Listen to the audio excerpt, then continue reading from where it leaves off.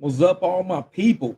Hey, this is one of those spur of the moment lives like I normally do. Let me get this thing together for you. Yeah, you know what I am, professional. But this is one of my spur of the moment lives like I always do sometimes.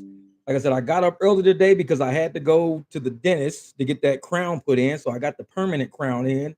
So I'm good to go. Thank you. I appreciate it. Like I said, I'm just checking in with people because I know I haven't done a live in a while. I've been doing a lot of videos on, short trips, you know, doing stuff on tips, things like that, just trying to keep people informed of what's going on. What's up, Kiki? She's in the house.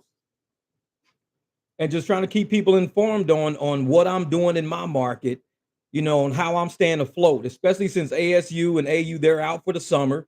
So we don't have the college rides, all those little quick hops and those surges. Provisional. Everybody know how it goes. So we're doing, a lot of short trips now because we can't be selling for these long trips, these 50 cent a mile trips, 70 cent a mile trips. There's better trips out there that's better for your time. And I've been trying to do videos to show that because a lot of people they don't have, the Lux platform. They don't got the Uber Black. They don't got the Premiere and all those upper platforms. So I went down to a lower platform to show how I would do if I was on that platform.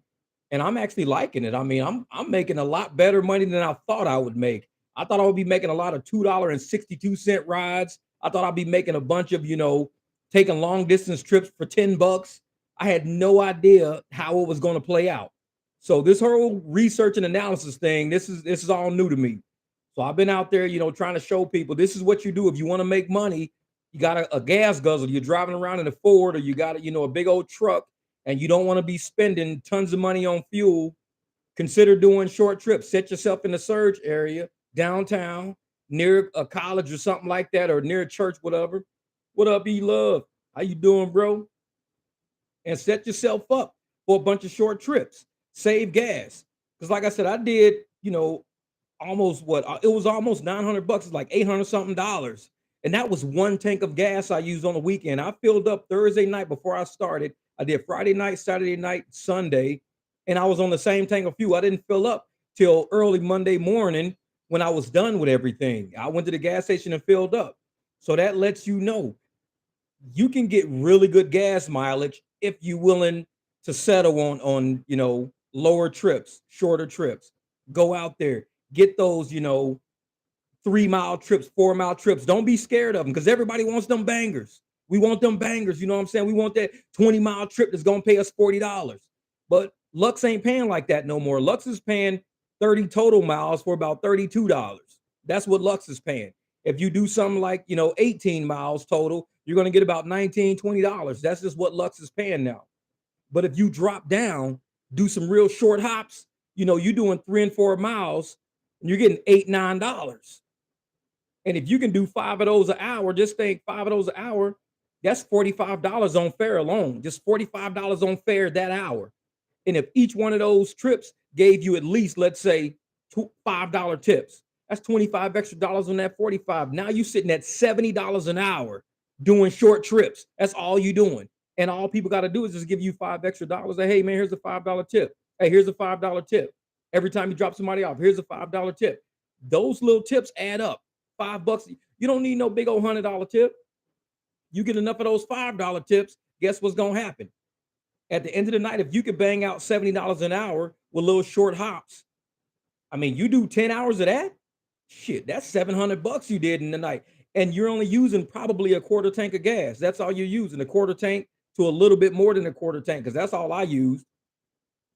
Yeah, Merlin, man. Hey, man, them short trips, they come out a lot better in the long run.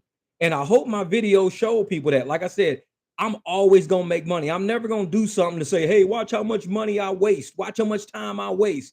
Everything I do is gonna be done for a reason.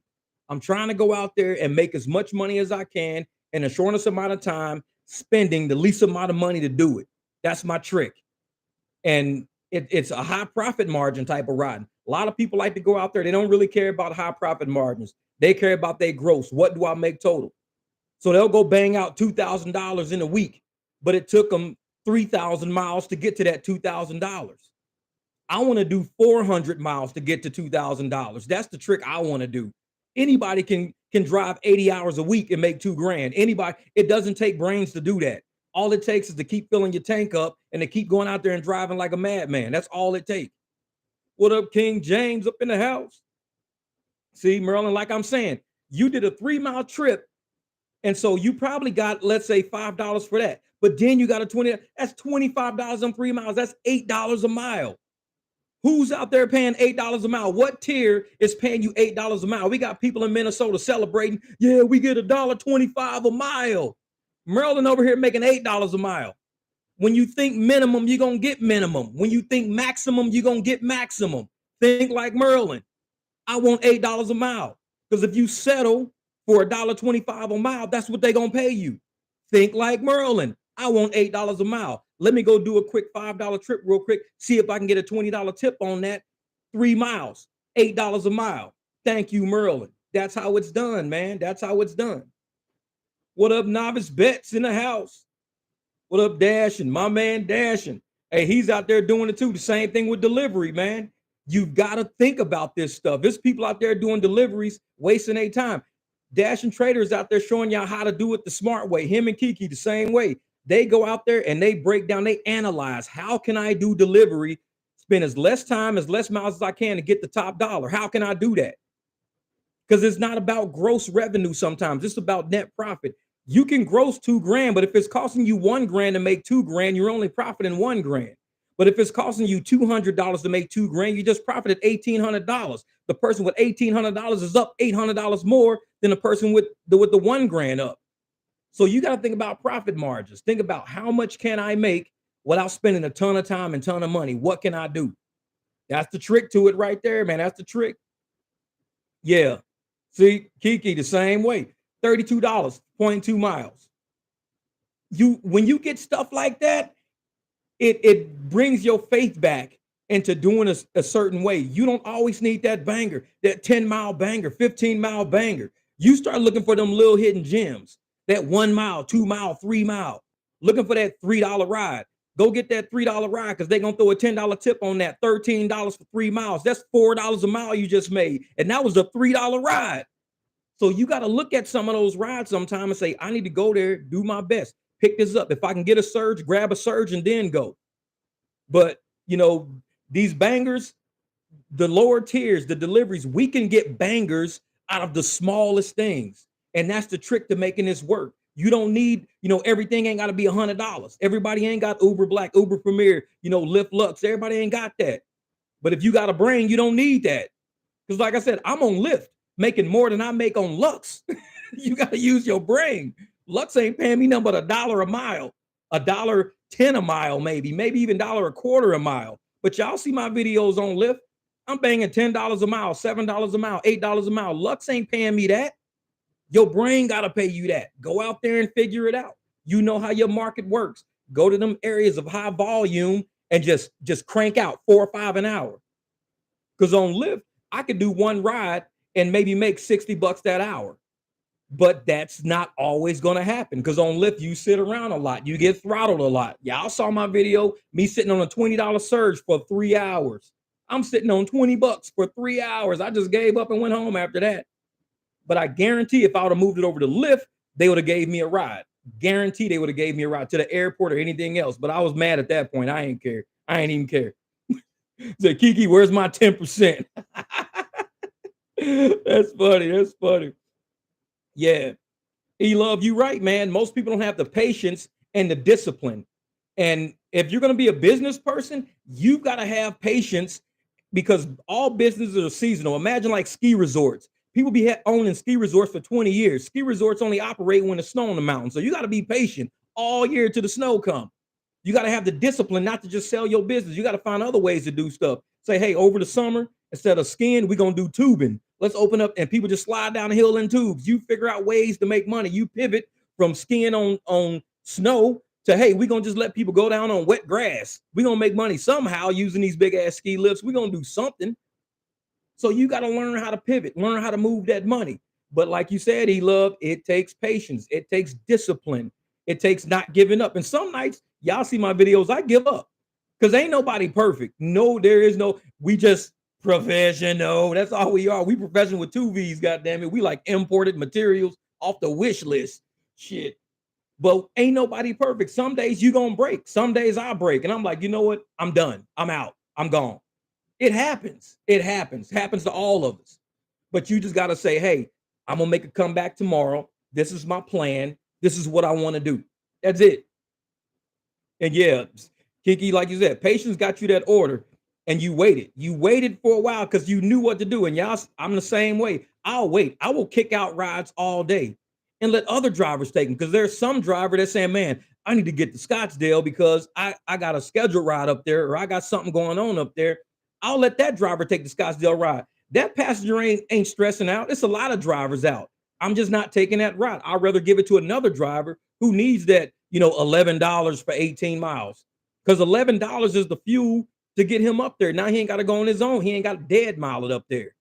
And so sometimes I think of other drivers. I'm like, you know what? I'm not taking that. Damn, $26 to go 38 miles that way. No, leave it for another driver. Because there's a driver trying to get home out there. He's like, man, I wish I had a ride home. Guess what? I just left a $26 ride on the table for you, dog. I declined it. Hopefully that gets you home, man.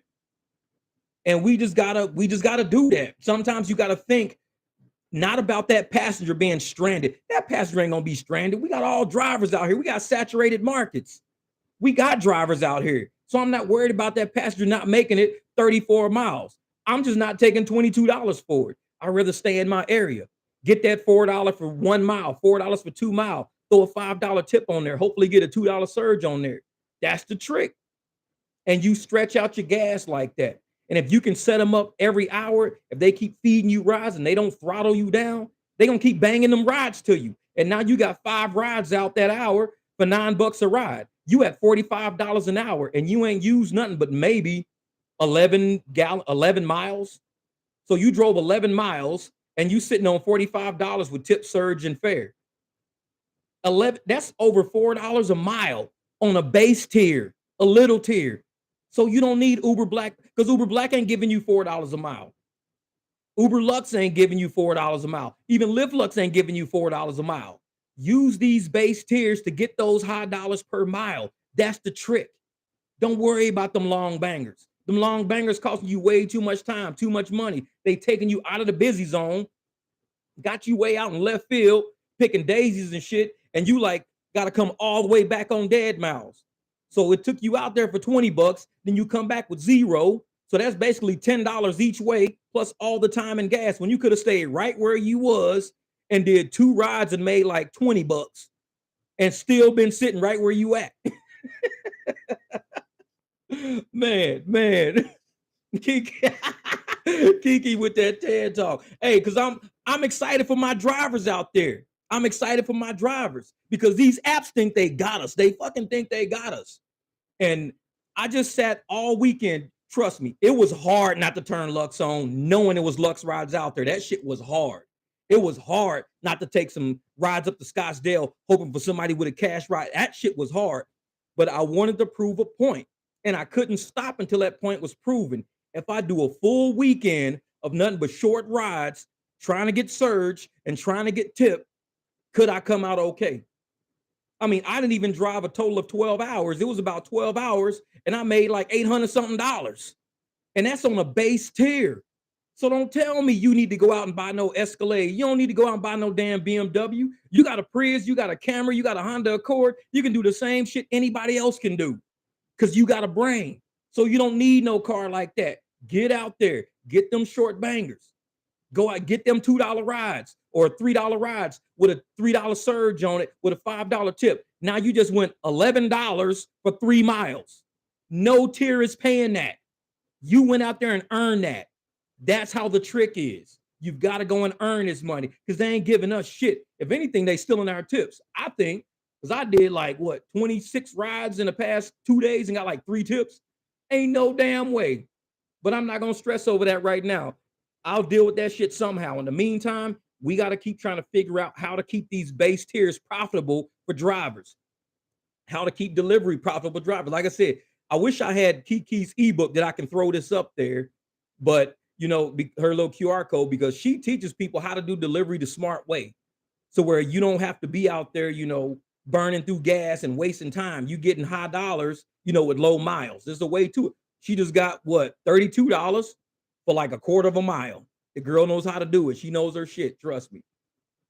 What'd you say, Merlin? Merlin said, check this out. EDC just passed 2 weeks ago. Every Uber and Lyft making trips to EDC while I'm here in the strip making killing money with my Tesla performance on premium only. Hey, you right. That's it, brother. That's it. Hey, like Vinny say, when they go left, we go right. Sometimes, and I did the same thing during Super Bowl. Everybody was running to the Super Bowl, doing all the Super Bowl shit. I went the opposite direction, and I made a killing. And everybody's like, well, how the hell you make so much? I was the only driver in the area. They had to pay what I was asking. There was nobody else around, and I had my choice. I could decline whatever I wanted to decline, take what I wanted to take. Had Lux on the whole time. Look at that. Tony's in the house. Dylan's there. He said, I'm driven dad, not Dylan dad. Damn it. Who you talking to? There you go. That's that ebook link right there. If y'all want to check out, like I said, we do everything we can do in this Rideshare garage. We do everything to help drivers make money. We ain't know no shit to where we want, we got a secret. We ain't telling nobody the secret. I want y'all to know the secret. My ass could die tomorrow. For real shit. I could die tomorrow. Fuck, I'm gonna take a secret how to make Uber money to the grave for. Fuck that. Help another family out. And that's what that ebook is doing. It's giving you tricks to the trade that this woman has learned in different markets in New Jersey and Atlanta. Ain't nobody trying to take no secret ass Uber message to the fucking grave. It's just cherry picking. That's all it is. It's finding surge. It's finding out how to get tips. And I can't stand drivers. Don't be telling nobody your secret shit. Motherfucker, you could die tomorrow with that shit. Who cares?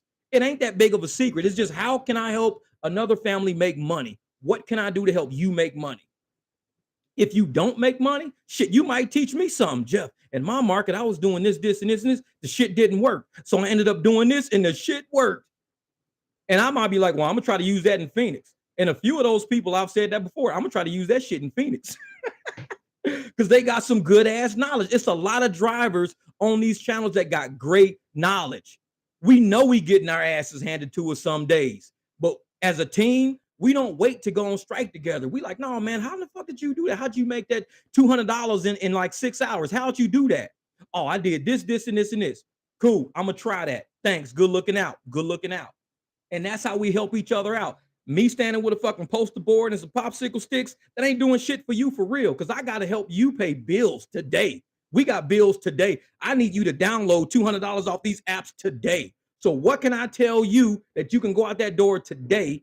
No legislation involved, no Democrat, Republican shit involved. Just you going outside today and downloading $200. That's what my videos are about, trying to help you get to that point. Fuck waiting on the politicians, Congress, all these people. Fuck that. I need you to go out and do the best you can do to make this money. That's it. Hey, you been shadow banned? Hey, Devin said he think he been shadow banned for cherry picking. Dude, you probably have.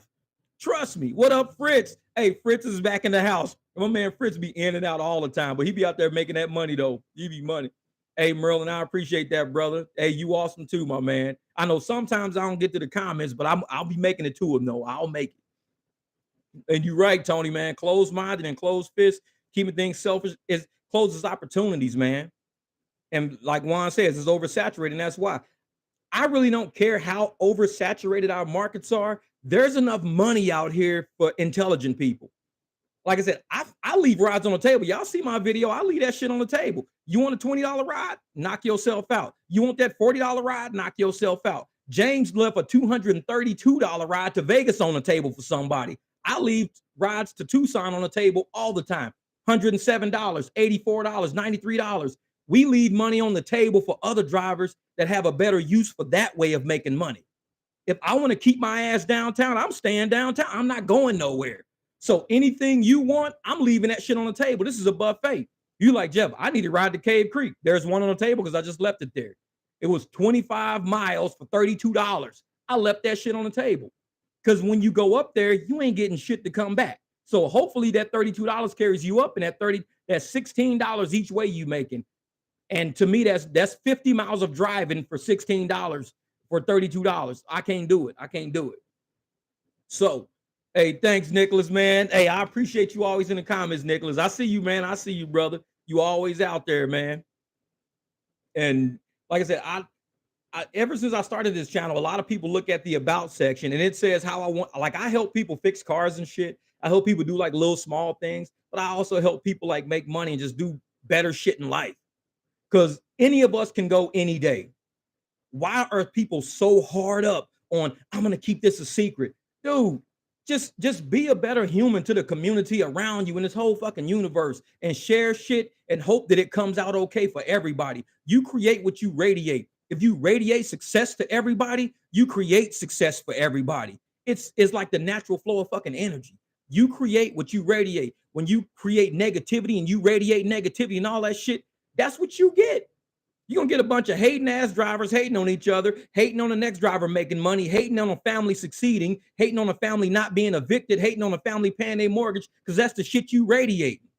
But when you radiate good shit, dude, good luck, be safe out there, make it home in one piece, don't wreck your shit, use less miles, more dollars, push that shit out to people. And I guarantee that's the way your life is gonna go because you breathing that shit and you radiating it and you creating it for a whole circle around you. So you can't help but win, man. You can't help but win. Yeah, for real, for real. Kiki, it's the scarcity mindset, man. Man, scarcity. Hey, that's right, Devin. You in Phoenix too. That's right. Man, we gotta all get up at the airport one of these days. I'll be sporadically showing up at the airport, but usually it's like I'll go somewhere and grab somebody and then shoot to the airport real quick. Then I'm out of there because they be killing me at the airport. They be walking up 4 people with 5 suitcases. I'll be like, you need like a Uber XL. You don't need a BMW. I'm sorry. I got to get the fuck out of here. Oh, it's represent you in Phoenix too? Oh, okay. Okay. I see you. Oh, yeah. Man, I appreciate that full-time driver telling you about this channel because this is what we about, man. We trying. And yeah, and right, man. Hey, novice, you're right. I respond to your emails whenever I can. I know a lot of times I don't get the Gmail because I don't get notifications. I got to figure out how to get notifications for Gmail. But I'll represent. I mean, I'll get out there and I'll try to help you anytime I can. Because if you're out there saying, "Hey, Jeff, I'm trying to do this, this, and this," I'll see what I can do to make sure in your market, if I'm kind of understanding what you're saying, how I can get you to just kind of change your mindset to at least make money that day. If not for the next couple of hours or something like that, just kind of change shit up a little bit. Hey, Nicholas P, he liked them cherry pick videos. He'd be like, man, I love these cherry pick videos because it shows people the truth. And we've had a lot of channels on YouTube and gig tubers. They don't like to tell the truth. They like to show shit later and they leave out information. Like they'll say, hey, look, man, I made $50 for 1 mile. But they don't tell you how long it took to get to the motherfucker. What if it took them 49 miles to get to their ass? They don't tell you that part. See, now I tell people the whole thing because the gas to somebody and the time, that shit counts. That's money and time. That counts. So you might see on my screen 3 miles, but I'll tell your ass this was really 6 miles for $12. Don't look at it as, hey, it was 3 miles for $12. No, that's what it says on the screen. But it took me 3 miles to get to them. So you got to start paying attention to how long is it taking you to get to people. A lot of these YouTubers fuck you up. They'll be like, yeah, man, I made $100 on this ride, but they didn't tell you they drove 100 miles to get to the motherfucker. It's like, be real, keep it real, man. And it's cool, but we shouldn't try to be something we not. And I tell motherfuckers, I'm in the streets every day. I'm in the streets. We in the trenches every day. Like I tell people, we the 300. We are a very small group of drivers that believes that we can still make money. So we haven't given up yet and went to a traditional job. I mean, what, Tony, get a real job university? That's Tony right there. Get a real job university. Hey, Briz Map, you right, man. We got a cherry pick. We got a cherry pick. But it's like, that's what we got to do. We're a small group and we got to go out there and we got to be real. First, keep it real with each other. Keep it real. If it's taking you 5 miles to get to somebody for a 5-mile drive and you got $20, that's 10 miles you drove for $20. But motherfuckers like to be like, oh man, I drove 5 miles and made $20. That's $4 a mile. You ain't doing nothing but lying to your fucking self. Because at some point you're gonna be like, man, I went broke doing Rideshare. How? I mean, if you doing exactly what you claim you doing in your videos, you should be sitting on fucking 20, 30 G's, man. What the fuck? But just keep it real. Because I tell people, luck sucks. Y'all know that shit ain't paying me nothing. Lux is paying me $1 a mile, maybe $1 quarter a mile. If I get a real short Lux trip, that's the perfect kind. Because then I'll get $7 for a mile or two. That's good. I like that. But when it comes to them damn long trips, man, I don't know. I used to believe in them. I used to. And I used to be like, dude, check this shit out. I took this 30-mile trip. I got $42. Motherfuckers like, Jeff, that's 30 miles for $42. That's like $1.10 a mile. I'm like, oh yeah, you right, you right, you right.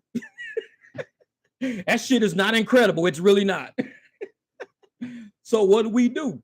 We go and we say, man, we got to start doing shorter trips. Something that's 5 miles, paying us, $15 with the tip and the surge added. We got to do shit like that.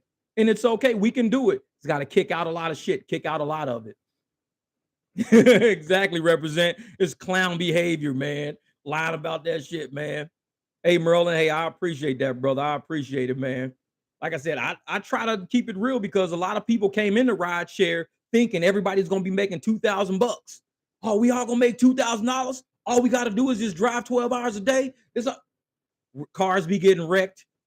Can't make the rental payment on them and this and that because the rides ain't there. It's a whole, people don't tell the truth. It's a lot of thought that goes into this shit. So when I see drivers all in the comments of the videos I'm leaving and everybody is still out driving, we're surviving, dog. We making it. We surviving. We still in this shit. We ain't out yet. And it's a lot of people who out because they didn't have it up here to do the pivot, to switch that shit up, to say, hey, this is what I need to do to make this money in my market, because my market changed, the algorithm changed, the whole app layout changed, so I need to change. You can't be a static driver making money in this industry. You got to be ready to swap. Shit, 2 weekends ago, I'm driving Lux. Last weekend, I did maybe 1 or 2 Lux. I did all like 60 goddamn Lyft rides because you got to be ready to switch that damn quick. You got to be ready. And if you're not, the app's going to suck you up. They're going to suck. You got to come up with a plan. When you leave your house every day, have a plan. Because when I leave my house, I'll get a ride right at the airport, and that should be 26 miles way in the middle of somewhere. I have no idea what the hell is out there, so I'll decline it because somebody needs to go up there, and it ain't me. I have a plan already. Stay in this central area. If I want to get to Tempe, I'll look for a ride to Tempe. But I'm not taking some random shit just because it popped up on my screen and says, hey, Jeff, it's $18 for 21 miles in the wrong fucking direction. I'm trying to get to Tempe. I'm going that way. So I'm going to decline that one. Let somebody who's trying to go that way get it. And eventually, hey, a Tempe ride popped up. Let's take that shit. Bloop. I don't care how much it is. It's not on my own gas. And that's all I gave a fuck about. It's $11 for 13 miles. It ain't even $1 a mile, but it's not on my own gas. I'm going to Tempe. And sometimes you got to do that kind of shit. You got to take a sacrifice ride. It's kind of like bunting. You got to bunt so you can get a fucking run in sometimes. And that's what some of these rides be. It's a fucking bunt. I'm sitting there like, dude, all right, RBI. Motherfucker, when I get there, I'll make money when I get there. Hey, there you go, Randy Lee. Hey, Randy is hilarious. Randy, man, you funny, dude.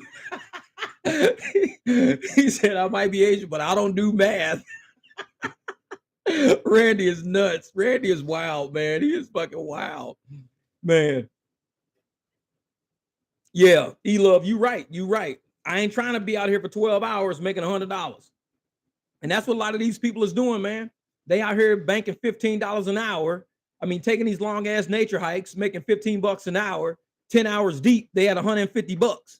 I'm like, if you 10 hours deep of driving, you should be at almost, I think, $500. Make $50 an hour, make $40 an hour. If you had $400 and you 10 hours of driving, cool. And a lot of times, like even today, I came home, turned my app on at home, and I got a couple of rides in the area. I got 3 quick rides in my area to finish out a bonus. I got a video of that coming out probably tomorrow. But it's how I end up hitting this Lyft bonus doing tricky shit. But it was all within the terms of service, but it was just tricky shit. But I got their ass, trust me. Yeah. And like Brismap, right? You said you getting 50 cents per mile requests. Kick them out. Don't do them. Go and sit somewhere. Wait till a surge pops up. Go to a surge, get $2, $2.50. Sit on that $2.50 until you get that 2-mile ride for like $4. Now you just made $6.50 for a 2-3 mile ride instead of you getting 50 cents a mile. Because at 50 cents a mile to make $2,000, you got to drive 4,000 miles in 1 week. 50 cents a mile is not where it's at. Even if you said, I'm gonna make $1,000 this week, you got to drive 2,000 miles just to make $1,000 at 50 cents a mile. I don't take 50 cents a mile ride. Don't do it. I won't do it. Alpha John's in the house. Doubt it. You gonna take that ride? Doubt it. Look at this, Jeff. Come here. Doubt it. Hey, Lip now be killing me with that shit. They're like, Jeff, you want to go over here? Doubt it. I wasn't thinking about going over there. So, hey, Jeff, we got this ride going up. Doubt it. I'm not even going up there either. Hey, Jeff, we got a ride to the airport. It's gonna be $6. Doubt it. $15 or nothing. I'm out. Shit. Hey, Randy. Yeah, I might drive tonight. I might, because I already cleared. I need 4 more rides to hit this $24 bonus, because I hit the $50 bonus, 25 rides for $50. So I did like 21 rides yesterday, and I've done 5 rides today. So I hit the $50 on the way back from the dentist, got the $50. Now I'm 1 ride deep into the 25. I need 4 more rides to get the 25. So I'll set my app and I'll see around here who has to come back from the grocery store, because I ain't doing no fucking nature hikes. I'm not. I mean, all I need is 4 more rides and I can sit my ass at home. I'm not about to drive no 30 miles that way, 30 miles this way, 30 miles just for $25. No, I'm going to go 2 miles over here, 3 miles over here, 2 miles over here, 3 miles, and I'm done. I'm still at home. I get the money. I'm out. And sometimes you got to do that. You've got to, plan where you want to end up positioning yourself. If I get positioned in Tempe and somebody has to make it to the airport, that's perfect, because I live right down south of the airport. So I'll take a few rides, hit the airport, then I'll shoot back home again, and I'm done. That's it. I'm done. Yeah, yeah. What did you say? He said off-roading in the BMW. Oh shit. Hey, there's a video on my channel about what happens when you off-road a BMW. I ripped the whole front spoiler off that motherfucker in Gilbert, and I had to go spend money to buy another front spoiler. So that ride was a negative ass ride. That ride probably paid me $15, and I had to go pay $100 to get another front spoiler. No off-roading in that motherfucker again. That's a negative sum game. I was like, man, I'm gonna take this ride. I turn the corner. These motherfuckers got a gravel driveway. I'm like, shit. So you know what? Fuck it, let's do it. Drove down as soon as I went off pavement. Boop boop, rocks all up in the spoiler bent down. That shit. I was riding. That motherfucker looked like the goddamn Mater tow truck driving the fuck back. I got a BMW looking like Mater. I'm coming down the fucking highway, the whole front sideways and shit. Rocks all in the motherfucker. I'm just like driving home in tow Mater. Get home mad as a motherfucker. I was like, man, that was a minus $85 ride. Oh yeah, and that one, I forgot about that one, Key. The fucking mud with the chicken wings. I was like, shit. I parked that shit. I drove. I said, I'm right here. Nope. He said, if I see dirt, I can't. Hey, Nicholas. Hey, you just like me, dog. I do the same shit. If I'm looking on a map and it says no name road, because you see that shit, it'll say no name road. Cancel that shit, because if you in Queen Creek and that shit says no name road, you on dirt. Cancel that motherfucker. He said, if I see dirt, I cancel. That shit's real. That shit's real, man. That's why, exactly. You gotta love your car, man. Some of these cars, people don't love them. They'll be like, dude, I'll come pick you up. They be bottoming out and shit on curb. Fuck all that. I'm cool, man. I'm cool. Hey, Jonathan, you remember that shit, man. I had to come home and I had to I had to turn the app off, come all the way back home, hose my shoes off, and I rode with my shoes in the floorboard the whole way. Because I was like, ain't no way I'm finna be all muddy and shit all in my car. No way. And that's what happens, man. It's like zero-sum game. You waste time, you waste money on shit like that. You gotta be smarter when you drive, because it was a good delivery. And the dude even tipped me a little extra, like $5-10. But for the amount of time, the gas all the way back to my house, and the lost opportunity of me not getting rides the whole time, it wasn't worth it. Shit happens. It gets us. We get caught up like that every once in a while. We get caught. Wait a minute. Driven Dad. Tony, he says this challenge is $85 for 35 and 130 for 20 more. Dude, I will be sitting my ass next to the laundromat. I'm like, because people that go to the laundromat live in the area of the fucking laundromat. They ain't going nowhere. They washer and dryer probably broke, and they like, shit, I had to sit here and wash my motherfucking clothes.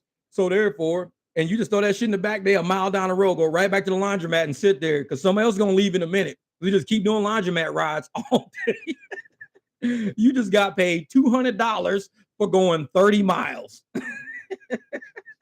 And it's like, what? What's your mile rate? $7 a mile, baby. I'm just laundromatting home. That's it. Making bank.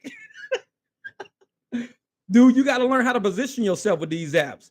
You can't just let them throw you anything because they will. They'll throw you a 15-mile ride south. And then when you get south, they'll throw you another 15-mile ride even further south. Now you 30 miles away from home.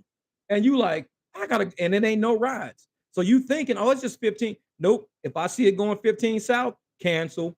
5 miles south, I'll take it. But then it better go 5 miles west or east, not 5 miles south again. Because then now I'm 10 miles south. So you got to keep like, don't let the map get you edged away because it'll start chipping away at it. Next thing you know, you like, man, I'm 40 miles from home. What the hell? And it ain't no rides out there. You 40 miles from home, you in Santan Valley, and you guys got to drive all the way back to Sky Harbor on your own gas. Yeah. And see, that's the thing. Tony, you could do that. You could use those filters. And a lot of people are saying use filters. Thing is, I have Lux also running. So I be hoping for that one Lux banger come up, like 22 miles for like, I mean, $22 for like 6 miles. I be hoping that shit happen. I'll be like, please throw me. And they never throw me a Lux. So I should probably use area filter because the shit ain't happening like I'm thinking it's going to happen. But I would have never got that one big ride if I had a filter on. But that I wasn't even doing short rides that week anyway. I was doing all Lux anyways. But I need to learn how to use area filter. And there's some videos out there for how to use it effectively.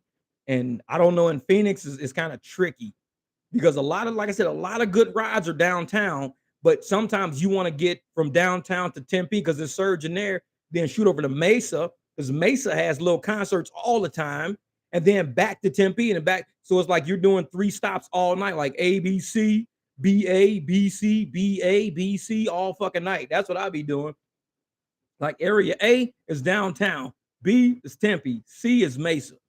So you just want to ABC this shit all fucking night. And by the time you done, like I said, I probably drove one night. I think I probably drove, it was a little more than 100 miles because every quarter tank is like 100 miles in my car. So I drove about 115, 120 miles. I was already at $240. And I still had 3/4 a tank of gas left. And I'm like, this is crazy. This shit is actually working. But it was a whole lot of decline. In my AR, that shit's like 14%. It's tanking bad. But you got to be okay with that. But what Zlatko Jerkovic, he said he's at 4% AR right now. That's what I'm talking about, man. You got to be okay with that. You got to just be okay with it. A lot of people are protecting their AR. Who I want to be at 90. I want to be at 100. I want to be platinum and gold. How much money do you want should be the only thing you should be thinking about. Because all these little elementary preschool ass, yeah, man, you want to be platinum. You want to be gold. I'll forever be blue. And on Lyft, it says no tier. I'm pink. I'm no tier. Because I used to be platinum. I used to get platinum streak bonuses and weird shit like that. But now it's like, I'd rather have more money. So you got to kind of make a choice. Do you want more money or do you want to kind of, play the color wheel? Like, do I want to do the color wheel? Do I want to do diamond and platinum and all that shit? I don't want to play the color wheel no more. I fell victim of that shit long enough. It's time to get money now. And that's what we own. What Daniel says, my man is online. Yeah, yo. His one guy on YouTube, Rob VIP, whatever, he did 9,000 miles with the BMW 5 for 5,000. No, he didn't.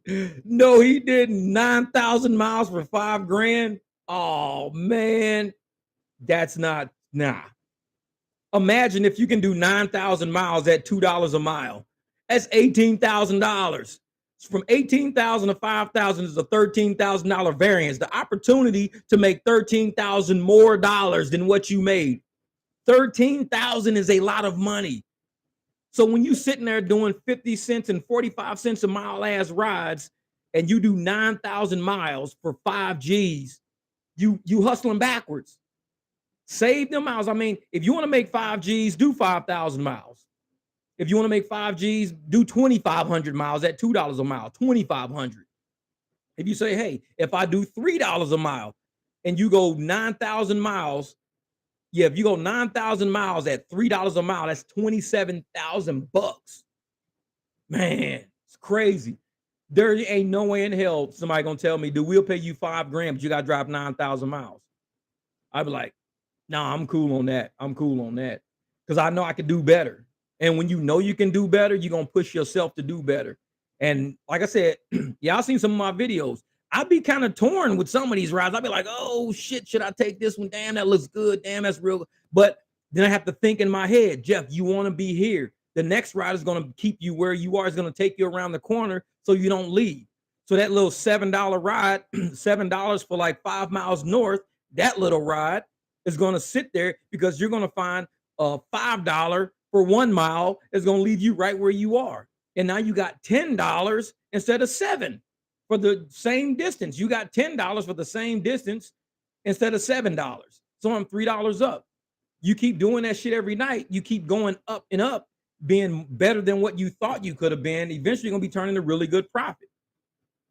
But yeah, you're right, E-Love. And that's the trick. That's the trick, E-Love. Imagine if the apps put the miles in big numbers first, not the dollars. What if they put the miles and they know I'm looking for anything under 6 miles? I say, you know what? If it's more than 6 miles, I'll probably kick it out. I don't want it.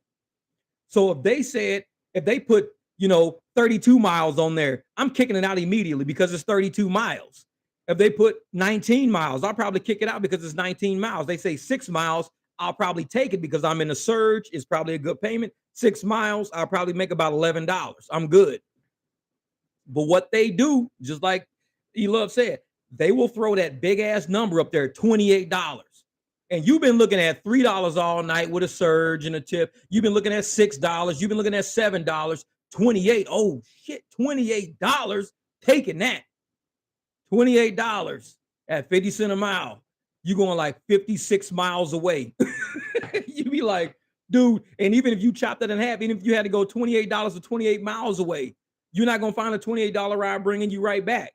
So you just left a busy bumping area where you've been making bank to go sit out in left field. And now you out there just picking daisies. You sitting in the fucking parking lot with $28 in your hand with nothing else. You're done. You're done for the night. With $28, you're done. And a lot of people fall victim of that shit. They see that big ass number. I see big numbers on my screen all the time, but I do math real quick and I look at my map. It'd be like $15 Scottsdale. Nope. And the thing is, people in Scottsdale that have rolled with me before, they know I'm fun as hell. We be cruising in Scottsdale, having a fun, kicking and everything else. But they know how much hell it was for me to even get to them. And a lot of them will tip me. Once you hit Camelback and you by the W Hotel, you were sitting there for it. I've seen cars bump cars. I've seen cars back into cars. It's crazy up in Scottsdale. And it's sometimes not worth getting your car torn up for that shit. Police all over the place. You trying to pick up people. Police like, you better move your car before I give you a ticket. There's nowhere to go. You got to go on the back end. A lot of people that are partying in Scottsdale don't know Scottsdale. So they have no idea you can go behind the spot and you got to walk down this little alleyway to get to all the rideshare. They don't know that shit. So they standing outside of a nightclub using their phone, but they're too drunk to not realize there's no cars around you for a reason. All the roads are blocked off. Look up from your phone and you'll realize it ain't nothing but humans around you. It ain't no fucking cars around you. So for you to be standing where you stand and trying to get an Uber to come where you are, shit ain't happening. Ain't no fucking cars around you. You got to go all the way over there, through here, through there, and then there's a car sitting there. So your pin is now right outside the nightclub. So if I come to you, I can't even start the fucking ride yet. The timer ain't gonna start because you started the pin right outside the nightclub, not where rideshare can actually get to you. So it's a loss. So a lot of Scottsdale rides don't make no sense to me. You pull up and you like, I can't even get to the area to start this damn ride. So you can't get a cancellation fee. You can't start the ride. You can call a person, text them. If they cancel, you don't get shit. It's crazy up there. They just don't have the infrastructure set up right for rideshare. They tried. They had 2 little small rideshare lots. They tried, but the shit just wasn't working out. So I just choose to do airport, downtown, Tempe, Mesa, until Scottsdale figures out how can we accommodate Uber drivers to give them somewhere safe? Like widen the roads out a little bit. If you widen the roads out just a little bit, we can sit on the side of the road and people can come up. But because the roads are so narrow, nobody can get through. So everybody is stuck. If somebody's waiting on a rider, everybody's waiting on that one fucking rider. Everybody's waiting on them. If they in the bathroom puking, taking a dump, whatever the fuck they doing, we all waiting on that same rider that ain't even getting in our car. And you just sitting there like, man, our base, what's good? What's good? Yeah. Oh, Randy, I don't have to use destination mode when I'm far from home, bro. I live by the airport. So, and when it's 3 o'clock in the morning, trust me, I'm getting a ride home and I can put on Lux. The one day the Lyft gave me that $20 surge and had my ass sitting somewhere and they wouldn't give it to me, I was pissed off because normally I would get a ride and they'd get me right to the airport. Because like I said, that's my thing. I live by the airport, so I always have a ride home. I never have to worry about a ride home. Somebody needs to get to the airport in whatever area I'm in. So I'll just pick them up, hit the highway, put it on last ride, drop them off at Terminal 3 or Terminal 4. I shoot out the highway. I'm pulling in my driveway. So I never have to use area filter to get home. Never. But the only time I can get home like that is at 3:30 in the morning, like 3 o'clock, like from 2:45 till about 3:30 in the morning is the only time. That's my window of operation of getting people to catch that 6:05 flight. Their flights are at 6 in the morning. They got to be here by 4. So I can only pick them up 2:45, 3:30. That's it. After that, the rides are dried up until the next set of flights are going out, the 8 o'clock, 9 o'clock flight. So I got to sit out for another 2 hours. But yeah, I don't do that destination home shit. No, I'll get home. Trust me, I'll get there. Uh-oh. Tony said airport used to pay me on Lux $64 for 30 minutes, 30 miles an hour. It's 32 on Lux. Like really live. Yeah, yeah. Tony, you going through the same thing I'm going through. Because I used to do those good ass rides. Man, Lux used to do, I would take a Lux ride in a heartbeat. It would be like 3 miles away, 20 miles, paying $44, $46. That's what it used to pay because they would pay you time plus they pay you miles. As soon as that upfront shit hit, it's like $1.10 a mile. They don't pay you for time. They just pay you for mile, total miles. So if it takes you, like you said, 30 miles, you're getting $32. And it's like, why did y'all just cut it in half? Why'd you just cut the rate in half? That doesn't help Lux drivers. So that makes us drop our ass down the lift and do short rides now. What up, one with the earth, one with the planet? What's good with you? Oh, Kiki said, I just canceled on a bad tipper I got last week. That felt good. Hey, I wish I had like a Rolodex called Bad Riders or something like that. And every time a name popped up, that shit will pop up in like my little database. And it'll be like, not that motherfucker, not him. Because I swear, some people I picked up before, but it's like the memory be kind of vague a little bit. I'll be like, man, I swear I picked this motherfucker up before, like with a group, and they didn't tip. And it was a pretty good ride, and they still didn't tip. Like, oh, man. See, there you go. Strange name. Yeah, that always works out. But see, in Arizona, you get a lot of names that are the same. Like, we get a lot of, like, Jeffs. Tons of fucking Jeffs lives out here. Holy shit. Jeff, Jeffrey, Juan, man. It's so many of the same people names out here. Like, there's nobody different. Like, you might get a German name or a Russian name every blue moon. You might get a Swedish name every blue moon. Somebody like Gustav. You might get that shit once every blue moon. Juan, I'll pick up 10 Juans before I fucking get home today. I'll pick up 50 motherfucking Jeffs, Jeffries. I can't, every time I turn around, Jeff, Jeffrey. And I think the apps be fucking with me for that shit. I'm like, okay. They be like, ooh, a Jeffrey. Hey, hey. You know, we got a fucking joke. What up, Jeff to Jeff? You know, that old corny shit. We do it all the time. It's like, it'd be fun though. It'd be funny as hell because I'm like, dude, I just picked up a Jeff. I just dropped off a fucking Jeff. No way. Dead serious. Like, man. Also, you can flag people on Para. Oh, let's see. Jerry Miles was good.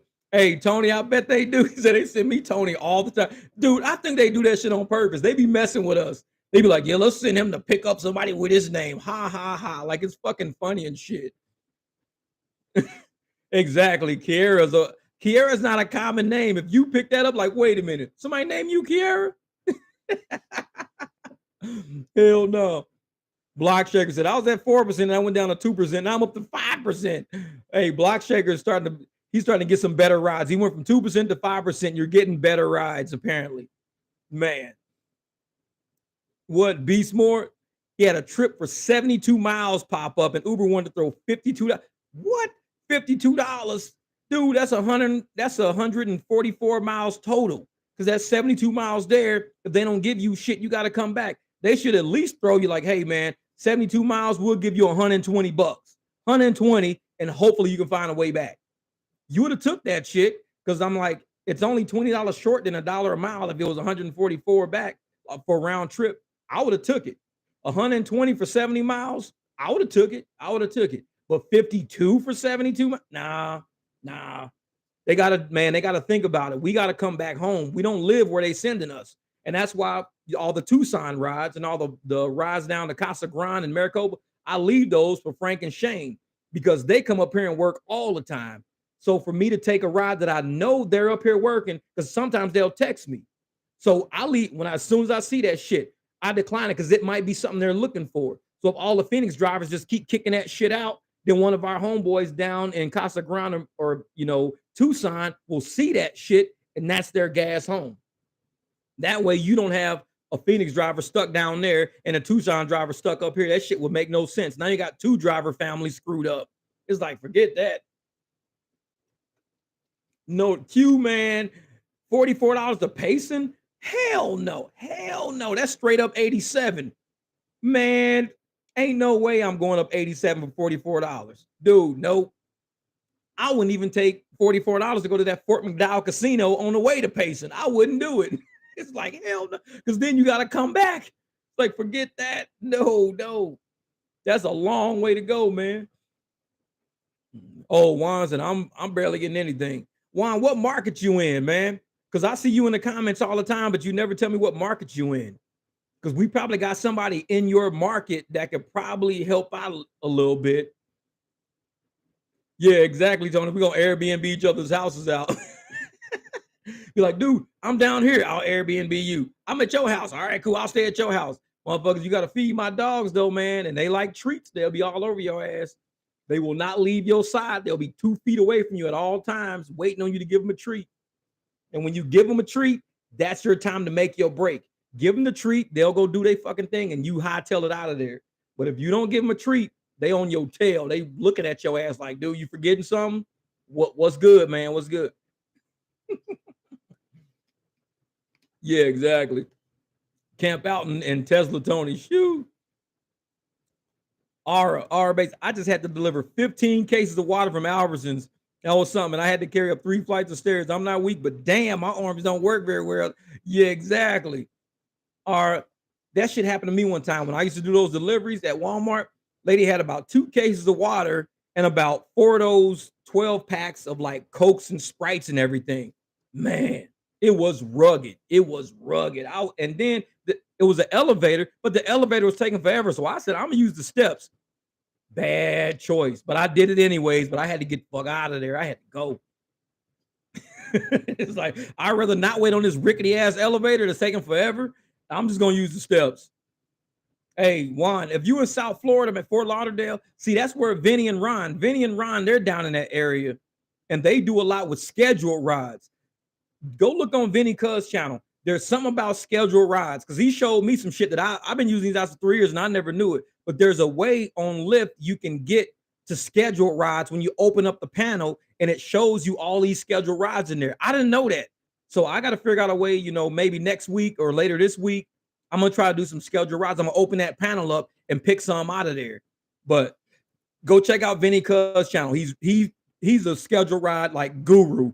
This motherfucker, he will take a whole day and do nothing but schedule rides. That's it. And that's hard. For me, that's hard because I'll be like, dude, it might be a quick short hop somewhere for like, $6 for like 2 miles. Let me look for that shit. Like today, I took a dude today. I went on my way back from the dentist, swung, picked him up, dropped him off at the post office. It was like $7. Then he gave me $3 cash. I was like, cool. Because with that $3, I'll probably end up buying me some cookies or some shit one day.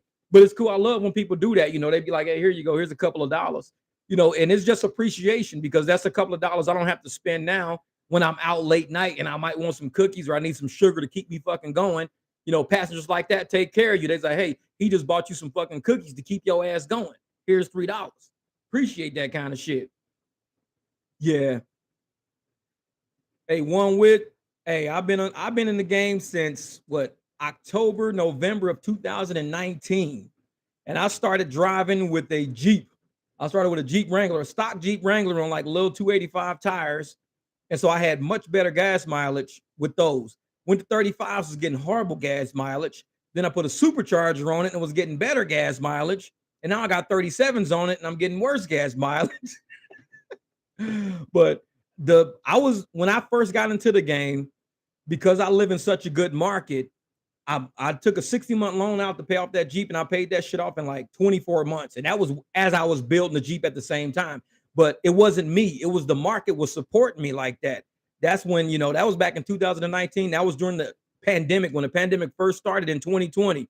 Man, it was like I was the only one out. I got videos showing me the only one on the highway. There was nobody on the highway but me.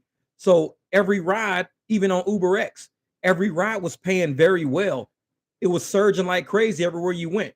Making $2,000 a week, working 40 hours was like the norm. It was the norm. I was making 27. I got videos showing me make $2,700 a week, $2,200 a week doing Uber Eats. That was my norm. Those are my videos from back then.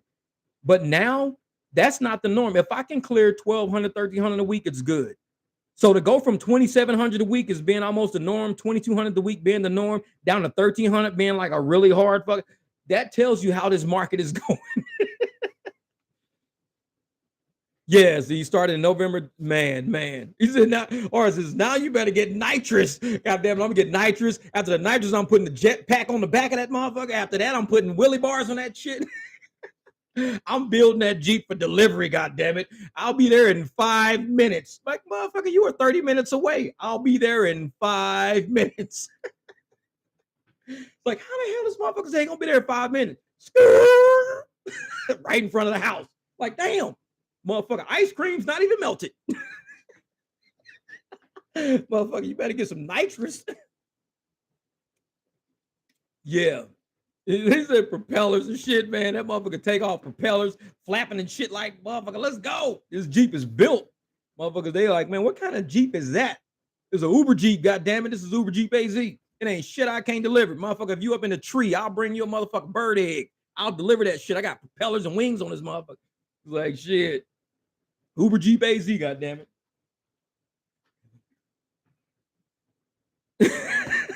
Lip, you have canceled so many rides. Whatever, motherfucker. So, you saw that shit in that video? Dude, they be doing that shit to me, man. They be sending me, you've canceled, man, whatever, motherfucker, whatever. Y'all know why I'm canceling. Y'all playing games with me. It's like, that should be funny as hell. That should be funny as hell. Yeah, but yeah, hey, one with Earth, people was making good money during the pandemic. And like I said, it was even during the pandemic. And I think that winter, it was because especially with Uber Eats, nobody was leaving the house. Everybody was doing contactless. It was money. It was crazy. Delivery drivers out there weren't driving half the miles we were, and they were making the same amount of money we were without even driving the miles. They were being paid. I mean, the deliveries back then, they were driving like 4 miles, getting like, $20. It was delivery. That's why I ended up doing, and I was never doing Uber Eats. I would never do. I did Uber Eats, $2,200 in a week, and I was like, oh shit, this is crazy. And I didn't even do exactly. And I had the same quest. It was nuts back then. I was like, what the hell? I missed the boat because I got in the delivery game too late. And I was like, shit, had I known that, I wouldn't have been doing rideshare. I'd have been doing delivery the whole time, not using half as many miles, making the same amount of money. Less gas, less miles, the same amount of money doing delivery. And rideshare drivers, we were making much less profit margins than delivery. Delivery was killing the game back then, killing it. And I even did an analysis on part of it at the tail end, showing I was making at least $1 more per mile doing delivery than I was making on rideshare. $1 more per mile. It was nuts. Yeah. 4 to 8 hours daily, 26K in 8 months. Yeah, that's possible, brother. 26 can 8 months is very possible. Very possible. But like I said, you just gotta stay with it. You can't give up. And a lot of people walk away, they give up the game. They like, I'm not doing this, man. I'm done. I'm not doing this. They call it good delivery to Scottsdale now. I've been sent for 30 minutes. Yeah. And hey, the one thing about Devin, man, the one thing about delivery in Scottsdale, they got those condos that sit right on like Camelback and almost Goldwater. I think it's called Optima, something like that. I get lost in that motherfucking building, man, because I swear they got 3 elevators that all start in the same general vicinity. The floors all look the same. Every time I get an Optima delivery, dude, I get motherfucking anxiety. I start biting my nails and shit in front of the building. I'll be like texting the fucking person. I'm like, please let me get this shit right. Man, Optima is the worst place to deliver, but they pay very well. That's the thing. Yeah, Q like you right. Optima will mess you up. You right. You right. It's like, man, that building, man. Every time I get one, I'll be like, oh. But they be tipping so well because I think the people that live in Optima know a lot of drivers like me will keep declining, like we won't take them. So when somebody finally does take it, it's a real good. They be like, dude, I just made like $26 for going like 4 miles. Where'd you go? Optima. Yeah, exactly.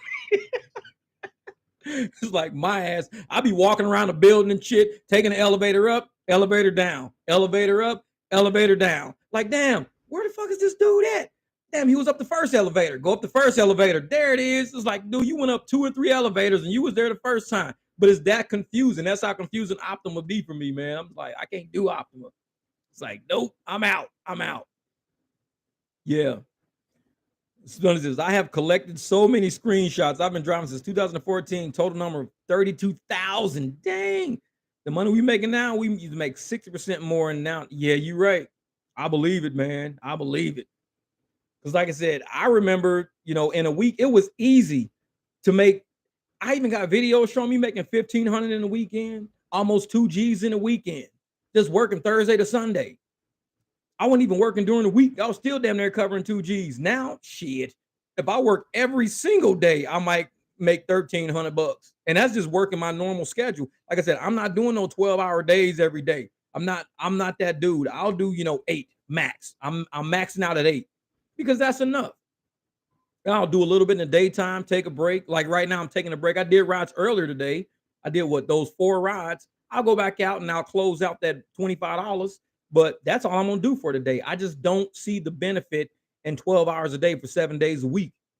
I'm not that kind of a driver. I'm just not. I got shit to do, man. But yeah, Elove said, take you 20 minutes to find a color. Exactly. That's optimal, man. That's optimal. That shit. I'm like, please. I be trying to, hey, can you just meet me at the fucking circle when I pull in? Just meet me there and I'll just give you your food. I swear I feel like saying that shit because that shit is so confusing, man. The crazy 8 cards and shit. Hell yeah. Hell yeah. Man. Yeah, Ara said, yeah, I'm lucky to make $300 a week. It's bad, but thankfully I have another W-2. That's right. And like I said, that $300 a week, is extra money for right now. You just got to stack that to the side. Just have that as your little nest egg. Keep throwing that shit to the side. Because if you making $300 a week in rideshare, that's probably better than the stock market right now. Ain't nobody even making $300 a week in the stock market because I look at my stocks. It should be up 11% one day. The next day I look, it's down 13%. I'm like, whatever. I don't even look at that shit no more. It's like I'm so over the stock market right now. Yeah. 1,300 a week. Yep. And that's what it is, man. That's what it is. If you can get up to 1,300 a week and just let that be your average, you good. That's over $52,000 a year. And that's, no college degree. So you ain't got no loans and shit to pay back and all that. If you making over 52 grand a year with no college degree, I think you're doing pretty well in a lot of markets. You're doing pretty well. California is an expensive market. New York is an expensive market. Miami might be an expensive market. So what was my total for 2022? I can't even tell you. I don't even know. Honestly, I don't. Because what is early 2023 still. Yeah, I can't even tell you what it was. I could probably go through some of my documents and see what it was, but shit, who knows, man? I have no idea. But this is what the sad part about my life, Merle, and this is the sad part. All the money I make in rideshare, I'm kind of like sort of dumping into my house because right now the market is really good for like renovating houses and stuff like that. So I'm putting a lot of money into making sure the house is up to the par and everything like that. Because even having this house as leverage for something, it's kind of like having free cash. So I got 0% interest on anything I can do is like same as cash. Anything I do is same as cash, no matter what it is because I got so much equity in this house and I've done so much to it and the leverage is so upside down. It's crazy how it works. But I tell everybody if you have land, you have real estate, you have a way to make a living without even working. All you need is real estate. That's it. Because real estate, people are going to give you 0% interest shit and they're going to look at your real estate and say, we're going to leverage that. We believe you can pay us back. So no matter what I make in rideshare, it don't make a difference. I can go out and buy a motherfucking Lambo right now, but they're gonna use my house as leverage against the Lambo. So if I don't pay for the Lambo, they're gonna take my motherfucking house. Now I'm living in the Lambo. Shit. Hey, that'll be a good channel. Living in the Lambo. That car life, motherfucker. What? Ain't happening. Ain't happening. But you're right, Adrian, man. $52,000. No wife, no kids. Hey, that's a lot of money for somebody with no wife and no kids. $52,000 is a lot of money because even if you said, hey, if I'm gonna split bills with somebody, you just maximize your revenue potential and what you can do with all that money. And you got $52,000, you can do whatever the hell. You could travel half the year because that's a lot of damn money, a lot of money. Frank, he's up in the house. Tony, you right. Lambo insurance is more than a house. You right about this, especially for my ass. They be like, dude, you just run like you got all these damn tickets, man. What the hell's going on with you? I'm like, dude, I was a kid. I was a kid back in the day. I had motorcycles back in the day. Shit. It's like that's how it happened. All them damn motorcycles. But yeah, Gabriel said that cherry picking rides, doing some part-time, 25, 30 in AZ will give me at least 650 with some extra money once relocated. Oh, if you talking about working 25 to 30 hours to make 650 bucks, dude, if you working 30 hours, getting $30 an hour, that's 900 right there. But I think cherry picking, you're gonna be making at least $50 an hour. So if you working 30 hours at $50 an hour, you talking about 1,500 bucks. Honestly, I think so. Yeah, exactly. Exactly. See, Frank, you already know, man. 1,000 bucks, 1,000 bucks. Like I said, and cherry picking, you're gonna make a lot per hour because you're controlling how much you make per hour. You don't let the apps have somebody in your car driving you around all day. You choose these little short ass hops. So you're gonna go through first, you're gonna hit every challenge out there. You probably hit every street. You go and get all these little, surges that pop up. Some surges you're gonna be able to use 2 and 3 times because the surge don't disappear. And you in the like the downtown surge I was using, shit. I was picking up people, dropping them off, still in the surge. Like, ooh, the surge is just south of me. Drive back down, grab the surge again, use it on somebody else, drop them off. Ooh, the surge is just to the east. Grab that surge. So you just keep using the same surge over and over again. And that's different than when you get one person in the car and you drive 15 miles this way, you're away from the surge.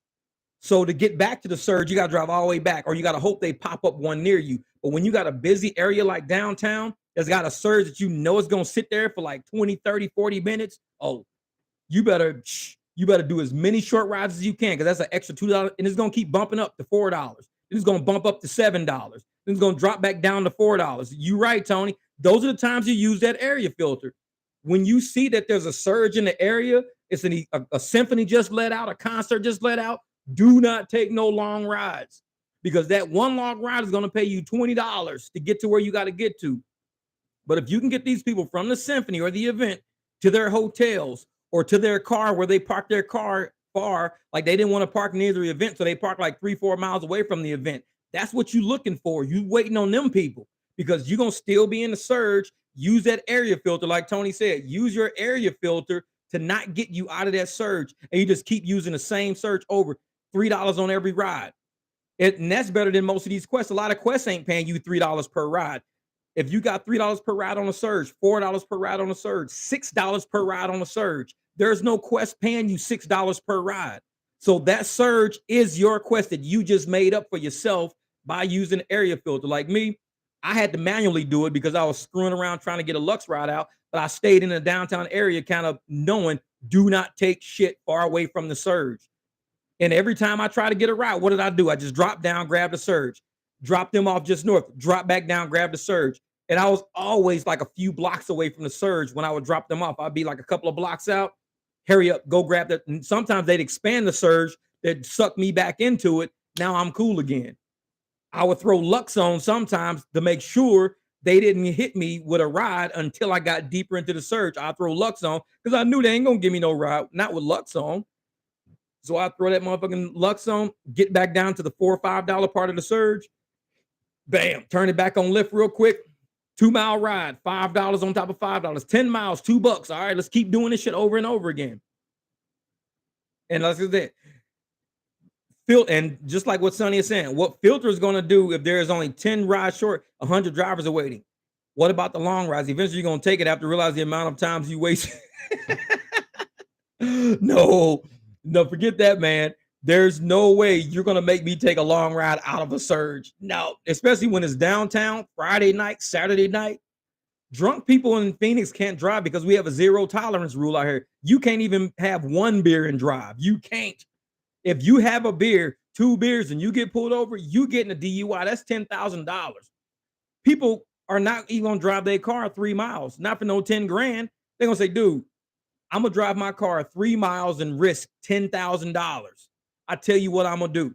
I'm just gonna catch an Uber for that 3 miles, even if that Uber costs me $15, $20. I'm taking an Uber because $10,000 worth is $20 is a huge variance. You're looking at $9,980 variance because you didn't want to take an Uber from here to 3 miles away. $9,980 is a lot of fucking money. That's a lot of money. So somebody's gonna say, I'd rather just pay the $20 to take a fucking Uber rather than risk me making a turn and somewhere I shouldn't go and the cop DUI that fucking quick. Zero tolerance state. So I go to downtown areas on Friday and Saturday night because everybody's drinking, everybody's having a great time. Why not have a clean ass, great fucking car with a cool driver with fucking Spotify, get your ass 3 or 4 miles to where you need to get to? I mean, you just had a great time at the bar, have a great time on the way to your hotel, or have a great time on the way to your house that's 4 miles away. Don't risk spending 10 G's. That's what my car is for. I'll take the $6, $7. You probably paid Lyft, $15, whatever you paid them. I'll get you there. And that's what we do it for. I'm not trying to get away from downtown because once I get away from downtown, I get away from all the drunk people taking short rides. If I can do 5 short trips and each person somehow I end up getting not only the ride and surge, but a tip, that shit equals $15. And I do 5 of them. That's $75 in an hour. And I'm probably using maybe, 15, 20 gallons, 20 miles. So I'm going 20 miles, but I'm making $75.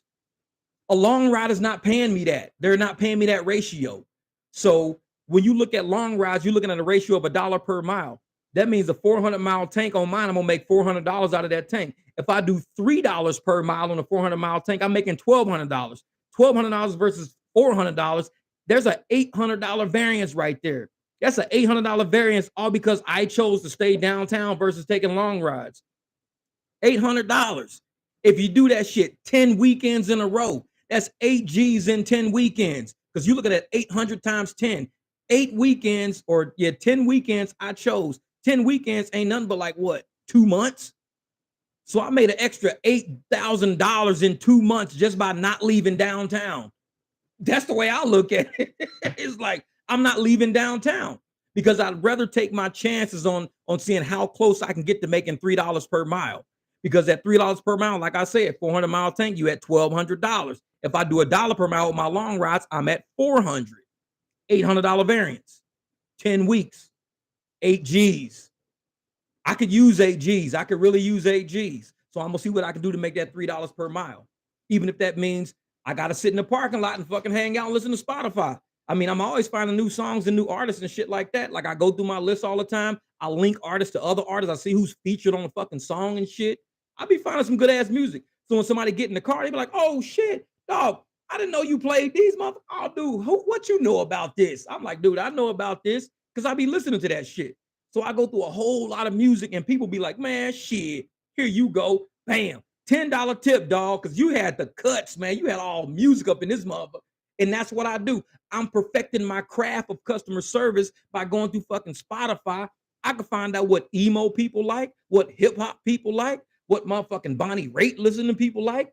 I could find any fucking thing because I've heard it all. I've sat in the parking lot and played all this shit. So I've honed my craft of being a really good fucking DJ. So when I'm cruising and picking people up, I'm like, what concert y'all just leave? We just left the George Strait concert. Motherfucker, I got George Strait. Bam, check that shit out. They be like, oh shit, this is our song. $10. That's it. You got to perfect your craft. And that's what I sit in parking lots and do. I perfect my craft in the parking lot because I know where I am, the type of clubs that's in that area. When I leave motherfucking club downtown is on Central. It's a bunch of Latins there. That's a Latin fucking club. Motherfuckers come jump up in the car. Guess what? Bad Bunny up in this motherfucker. Mi pregunta. Hey, wait, they got this one song, Party, Party, Party, Party. That's that motherfucking Bad Bunny. People love Party, man. Party is a good fucking song. Go play Bad Bunny. Play the song called Party. Trust me. And Mi Tia Pregunta. That's me pregnant aunt.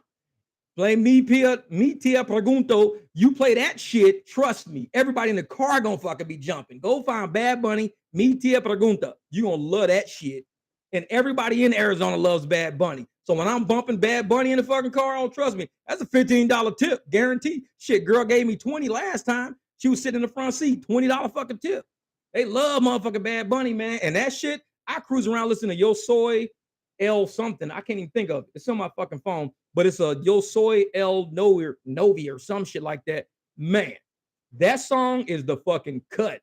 That shit, wait, it's something.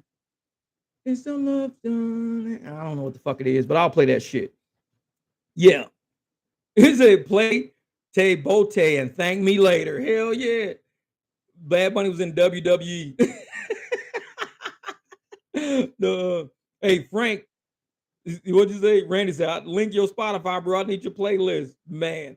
Hey, I think you can find my Spotify. It's up under Jay Watts, I think, or something like that. I'll find that shit. Yeah.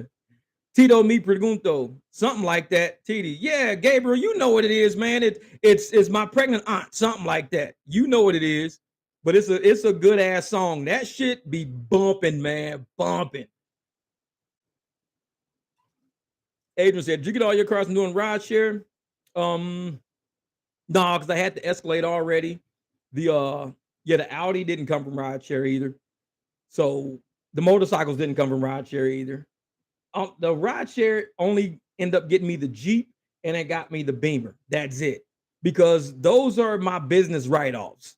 So therefore, they do everything business related. Building the Jeep, souping it up, doing whatever I want to do. Everything's a business expense with those two vehicles. Everything I do can't be business. So you got personal shit, then you got your business shit. If it's orange, it's business. That's the way I look at it. Anything orange in my house is all about business. Even the dog is fucking orange. That motherfucker's business. He's a pit bull. He's all about his business. I'm just kidding. He's brown. Motherfucker ain't orange. Yeah. What James said, King James said, the driver takes all my money. Hey, King James, you wild, man. You wild. Man. Hey, Frank said, hick hop for me. Shoot. Man. Yeah, but I'm gonna tell y'all, that's what I do sometimes when I'm chilling in the parking lots. You know, I'm kind of going through all of my, Spotify shit. I'll go all the way at the bottom. I'll play some Angie Stone. And sometimes I'm bumping Angie Stone before I even pull up. Because it depends on where I'm doing and what I'm doing. And I'll pull up bumping Angie. Someone say, oh shit, that's my cut, Angie Stone. And people feel that shit. Because you already bumping. Like, I don't ask them what you want to listen to. I'm listening to what I want to listen to based on the vibe of the night, the floor of the night, the concerts, the spots I've been and shit like that. People just feel it. They walk up to the car, motherfuckers walking up to the car, they already hear, regulate play. They already hear motherfucking, Nas bumping in the background. They're like, oh shit, this motherfucker already ready. I'm like, dude, I stay ready. I'm rolling all night, man. This is what I listen to. And a lot of people say, oh man, do you got this? So I'll go through the list and I'll find something. But it's being a rideshare driver. Like I see a lot of these videos on YouTube about rideshare drivers that be assholes and dicks and this. I could never be that. I could never be that. I'm way too cool, man. I'm too cool of a motherfucker. And even when I be, kind of mad at people and shit, I'm still like, if they be taking too long and they be pissing me off, I get over that shit real quick. I got my music playing. I check them about the shit. Like, man, y'all motherfuckers taking forever, dog. Y'all taking forever. Oh, man, sorry about that, dog. Sorry about that, bro. Man, we'll just tip you in the app. Yeah, motherfuckers say that shit all the time. They be like, you know what? I'm just going to give you money right now. And that's how you handle that shit. Man, motherfuckers say that shit all the time. Next shirt I wear on my next live, that motherfucker gonna say, I'll tip you through the app, and with some laughing faces up under that motherfucker. Because everybody say that shit. When I first started Rideshare, I used to be like, no, people really do tip you through the app. Yeah. I got played. I was in that era. It's a new era of motherfucker. They do not tip you in the app. What up, Christine? My girl from Maryland, she up in the spot. She's out there doing delivery. All right, Sonny. Hey, you get out there and do it, my brother. Get out there and do it. Make sure everybody's using your dash cam. You know it. Adrian says, man, I need your help. How do I get a Jeep and a Beamer for rideshare? First, Adrian, you don't want a Jeep for rideshare.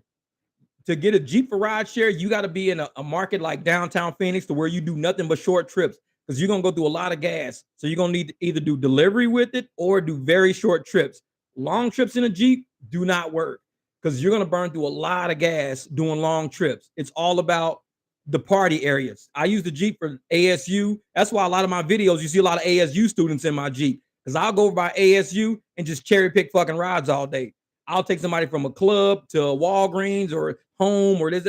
I don't do no long rides in the Jeep. I used to when I first started because I didn't know what I was doing. But every video you see, I'm taking ASU students to a fraternity party, sorority party, stuff like that. Jeeps are only used for short trips. That's how you maximize your money, maximize your mile. They're horrible on gas. Like I said, you just got to maximize your fuel by doing nothing but short trips. That's it. Christine says, I'm off today. That's what's up. Shoot. Say, hey, today, what is today? Tuesday? Yeah. I was going to take the day off. I did a little bit driving earlier. I'm going to get back out in a minute and do some more driving, but shoot. And Adrian says, what about the Beamer? The Beamer is tricky. And I say the Beamer is tricky because if you live by an airport and you've got a 3 Series, you'll be canceling a whole lot of rides because that luggage don't always fucking fit. Sometimes I got to lay my seats down just to fit the golf bags back there because this is a big golf town. So if I pick up somebody from the airport and they got golf clubs, I got to let the back seats down, slide the golf clubs in. Now they got to sit in the front seat. That's just one person, though. Imagine you got 3 dudes with 3 golf bags or 2 dudes with 2 golf bags and luggage. That shit ain't happening. So if you got to think about what you want to do with that BMW. Do you want to do dinners, parties, downtown clubs? What do you want to do with it? I think a 5 Series will be better because a 5 Series, you get a little more space. You can be upgraded on each platform. 7 Series will be the best, but a 7 Series, the cost of it alone probably ain't worth it. A 7 Series is good to own it. That's good for you. That's what you buy for you so you can enjoy it and you can have a 5 Series to work in. Working in 3 Series, I've learned it's probably not the best BMW to use, but it's fun. The motherfucker's fast, it's fun. We have a good time in it, but it's probably not the best. I just make the best of what I got. I mean, I bought it not knowing. Now I got it. I'm gonna make the best out of it. But luggage sucks. You better off with a Prius, something that's got a taller trunk, because some of these suitcases, they don't fit back there because the trunk is too shallow. So you need something with a taller trunk, something that you can put golf clubs and shit back there. But yeah. Oh, you live up in Glendale. I was just up there yesterday, man. I was up on Bethany Homes or whatever. I took Grand up Bethany Homes. I had to cut across and drop some people off up there. Yeah. What Sonny says, anyone want to do X ride, buy 3 or 4K worth of a car and run the dirt out of not getting stopped using brand new cars. We're not getting paid for those cars. True. Sonny, you're right. And this is the thing about me though. Me being a mechanic, I sort of have an advantage because I actually used to work on BMWs. I used to work on Mercedes, work on Jeeps. I used to work on all these cars. So me being a mechanic, I have an advantage. But If you buy a BMW and you're not a mechanic, every dollar in profit you make is going right back into that car. So it's a stupid purchase. You're better off doing like what Sonny says. Get you an American car that's very easy to work on, not very expensive to work on, low miles, running into the ground. Getting foreign cars and taking them to shops to get them worked on, every dime you make is going to go into that car. You're not going to have enough to even live off of because, like I said, I did all my brakes, all 4 brakes on my BMW, $100. Guarantee if you call BMW and say, how much for all 4 brakes on a 2019 BMW, it's not $100. I bet it's not $100, but I could do it for 100. I even do my oil changes myself. I got all my oil and shit behind me. I do that shit. Each oil change might cost me $15 total, maybe. I bet BMW don't change that. But if I didn't know how to do that shit, I would be in the hole with that car, serious hole. Like Sonny said, get you a used car, get you an American car, get you something that's not expensive to work on, so you're not dumping profits into keeping that car running. Because then Rideshare won't be worth it. It just won't be worth it. And I'll use the hell out of that car. I'm gonna probably put about 500,000 miles on it. But like I said, me being a mechanic, I got an engine hoist right over there. So I can take my engine out, go find somebody who had a total out 2019, and the insurance company just didn't want to fix it. So they totaled it out, like all the windows could have got busted or some shit. I could say, hey, I want the engine and transmission out of this. They might sell it to me for like 10 G's. And I'd rather buy $10,000 for a 30,000 mile engine and transmission when mine is sitting at 500,000. I could just buy a 30,000 mile engine transmission, throw it on a crate, bring it to my house and put that shit in myself. I mean, I got all that equipment here. And so instead of me financing a car all over again because my car got 500,000 miles on it, I just pull my engine out because I know it runs, stick that shit over in the corner, and I put the 30,000 mile engine in. And now I'm starting back over at 30,000 miles again with another engine sitting in the corner. Like I said, that's how I do it. I've always had multiple cars, multiple bikes, multiple crazy shit. But even with the Jeep, if the Jeep engine was to ever fucking blow, I already got it in my head. I got a 6.0 LS engine sitting in my Escalade. The Escalade is paid for. I paid for that shit back in 2015. It's been paid off. But I got a 6.0 with a 4L60E transmission in there, LS motor, a lot of horsepower. That shit will fit right into that motherfucking Jeep. So I don't even have to buy a Jeep engine. I got a Jeep engine sitting in my Escalade. I don't even use the Escalade. The Jeep now has a 400 horsepower clutch on it, plus with the whole rear end is Escalade struts and all of that shit. So I can now tow that big ass double axle trailer I got for my motorcycles with the Jeep now. So the Escalade is kind of like, I don't really need it, but it's good to have it. So if the engine ever blows in my fucking Jeep, I got an engine sitting right next to it. Then I could just sell the shell of the Escalade to a junkyard and not have to worry about it no more. That's it.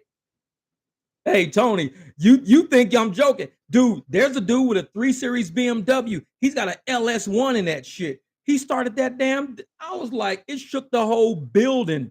There's no way in hell my car can handle that. Dude, I'd probably rip out the drive shaft. The wheels would probably burn the fuck off. Dude, that's a lot. That's a lot. The LS in a little ass car like that, dude, that's a lot of engine. That's a lot of engine for a little baby ass car. But that dude did it. He did it. And I'm like, dude, there ain't no way. Hey, what Tony say? Jeff, your orange dog have babies. I'll buy one of his orange. I'll name it Don Jr. I just saw it.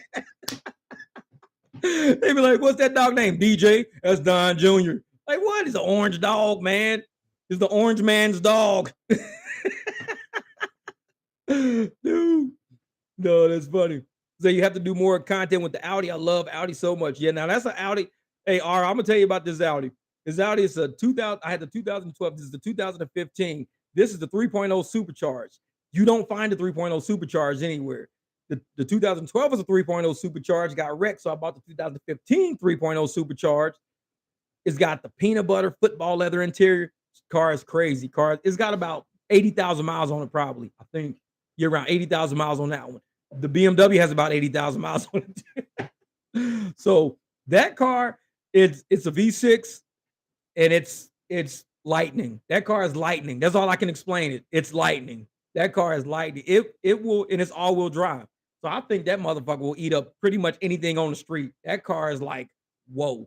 And it's got some 18s on it. So I run 18s with big old airplane tires on that motherfucker. But it's like, that thing is sick fast. That car is sick fast. It'll make my BMW look like a park fucking car. Seriously. And that BMW is fast. It's a 4-cylinder. turbo with the twin power, whatever that means.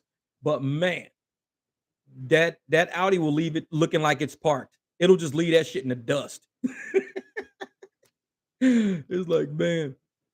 They are said 100%, man. I do most of my maintenance. Just had to replace all 4 pads and rotors on my Lexus. Ended up costing me $350 instead of, yeah, exactly.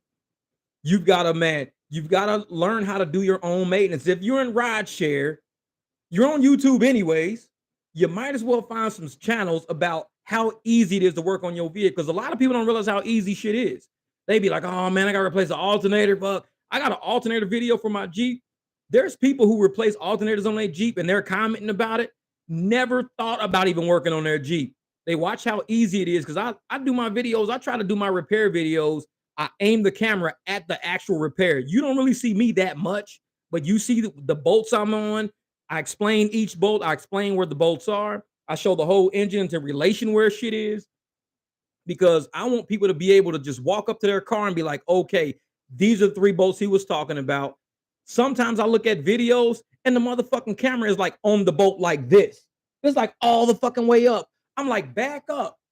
Show them into relation where that bolt is in the engine. Because if you got the fucking camera lens on the bolt, there's like 15 bolts in the engine that looks exactly like that. Back the camera the fuck up.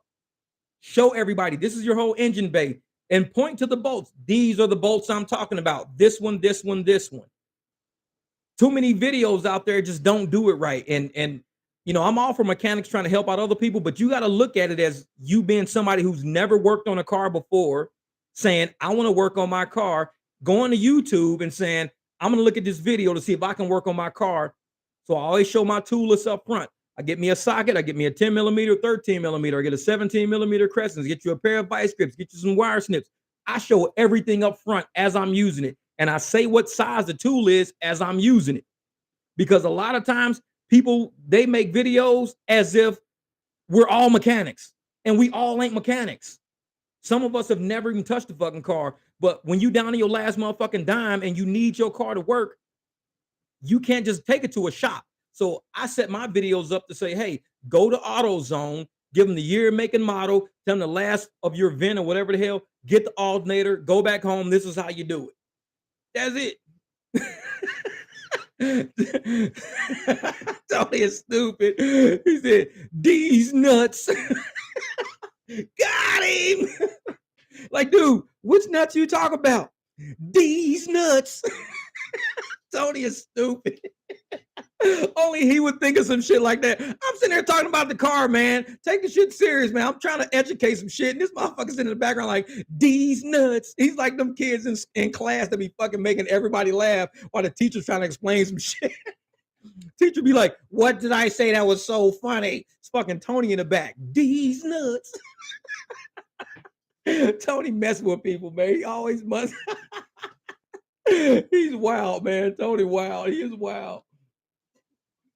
He always doing some nutty shit, though. That's Tony, man. I'm telling you, I just know his passengers probably be laughing. I know they be dying laughing. The shit he be doing, man. Because Tony is funny. He's got a really quick wit. And it's like, it's the most like abrupt. He's got very abrupt wit. That's all I can say. Like, you don't even think of the shit. Tony's already there. He's already thought about it and he's fucking saying it as plain face as it can be. He'll fucking say it and you dying fucking laughing.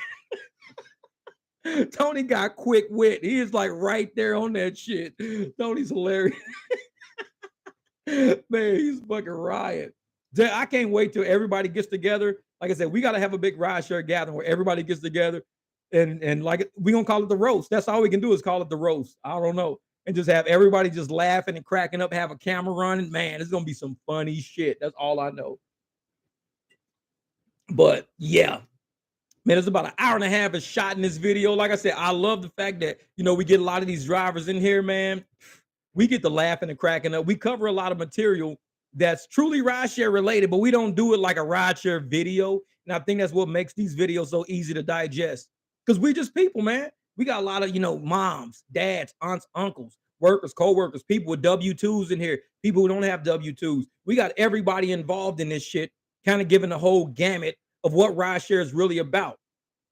It's people logistics. It's us getting people from point A to point B. It's us delivering food from point A to point B, making sure it's either hot, code, delivered to the right fucking place. But we're making a profit while we do it. And with the part of the profit that we have, we're taking care of our house. We're taking care of our car. We're taking care of our family with that little extra profit. That's all we're doing. So it's not like we're being greedy for saying, hey, man, can you give me an extra tip? Sometimes that extra tip helps that driver that day. That driver might be $15 short on a fucking bill because of some shit they just had to do with their car. They had to replace a serpentine belt or replace a set of brakes. That $15 can make or break a driver. And I don't think a lot of people realize. They think because we got nice cars, we must be rich. No, we're doing fucking rideshare, which proves we're not rich. That alone will tell you motherfuckers we ain't rich. We're doing rideshare. We're doing delivery. We're trying to make it. And that's what I love about this channel. It's a lot of people just trying to make it. And we ain't giving up, man. We're not giving up. A lot of people have given up, and I get it. Every market is not the same. Everybody's mentality is not the same. Our personalities are not the same. Some of us can't take stress well. Some people carry stress very well. Some people can't make deadlines. Some people would rather have a boss and a company dealing with all that extra shit, and all they got to do is just punch in and punch out because it's easier like that. And I tell motherfuckers, it's easier to work for somebody else than it is to work for yourself. Because working for yourself, you got to deal with your own shipping, your own receiving, your own marketing, your own advertising, your own getting yourself up, your own organizing, your own motivating. Working for somebody else, they motivate you. They tell you, hey, we're gonna give you fucking half day Friday if you do this. We're gonna give you a new title if you do this. They find ways to motivate you. But when you're working for yourself, you got to find ways to motivate yourself because you could be like, I'm not working today. Then the next day pass. I'm not working today. Then the next day pass. I'm next thing you know, you in a hole for a bill. That's how shit happens. So yeah, working for you. He said W2. I'm just trying to get one W. I just want one W, damn it. Give me a win. I just want to win, baby. I just want to win. No, but it's serious though, man. It's like you gotta. What up, Thomas? He's back. Thomas is back. But it's like we've got to find ways to make sure that we stay at this because people who work for themselves, man. Like I said, I give it up to these drivers, man. Delivery drivers, rideshare drivers. I give it up because I know that shit ain't easy because I'm somebody that does it too. And I used to be corporate. I opened my own garage. I did my own repairs for 6 years, my own engines and transmissions and swaps and all that shit. But for some reason, I don't know why, but I rather drive the cars versus working on the cars. And a lot of people say, well, you make more money working on them. I do. I make way more money working on cars, but I love to drive my car. I don't want to be under a fucking car every day. I don't want to be draining gas tanks and oils and transmit every day. I don't want to do that every day. I love to drive. I love listening to Spotify. I like hearing people life stories. I like pulling up to a place, people eyes fucking light up like, woo, this is a clean car. Picking them up for dinner, dropping them off for dinner, picking them and their kids up. We're talking about the car. I love that. It's a lot of energy in rideshare that you don't get with the money you make and being a mechanic. Being a mechanic is cool. It's lucrative. It is. It's very lucrative, but it's lonely because it's you. It's a lot of cars. You make friends with the people at the parts fucking counter wherever you go. So those are all your friends. You make friends with the UPS driver. Like I got a earlier video with a guy delivering my speakers and shit to the Jeep. Me and him, he used to deliver shit all the time, but I've already built the Jeep, so I don't have him coming here a lot. But me and him used to chat all the fucking time. He's on my videos and shit. You get cool with people like that because you're not meeting actual people. You're always doing commerce and working on cars. So I decided, you know what? I'm gonna do something different. I'm just gonna stick with rideshare. And this shit ain't easy. And we got a lot of motherfucking channels out there. Dude, shit is so easy. You can make $100,000 a year. This shit is easy. This shit is cake. I do this shit in my sleep, baby. It's not like that. And all of us know that shit. It's not like that. But we stick with it anyways. We don't give up. We keep plugging away at that shit. We find new strategies. We find new ways to do it. We share that shit. We don't keep it a secret. Oh, I don't want to tell you about short rides and surges. I don't want to tell you that shit because that's for me, baby. Fuck that. I'll tell you, short rides and surges might work in your market if you can find an area busy enough. I'll tell you that because it can probably be something that helps you get past the hump of paying, your rent next month, your mortgage next month, the car note next month. Why not just tell you and get that shit out the way? Fuck it. Exactly. Very strategic work. Thomas said, I need that shirt. The professional with the 2 V's, baby. Shit. Hey, Frank, all good, brother. All good, man. And that's what it is exactly. I make real good money with my home maintenance and small business, but I love riding, especially when I can snipe some big surge for small work, very strategic work. Gabriel's at 100%. Yeah.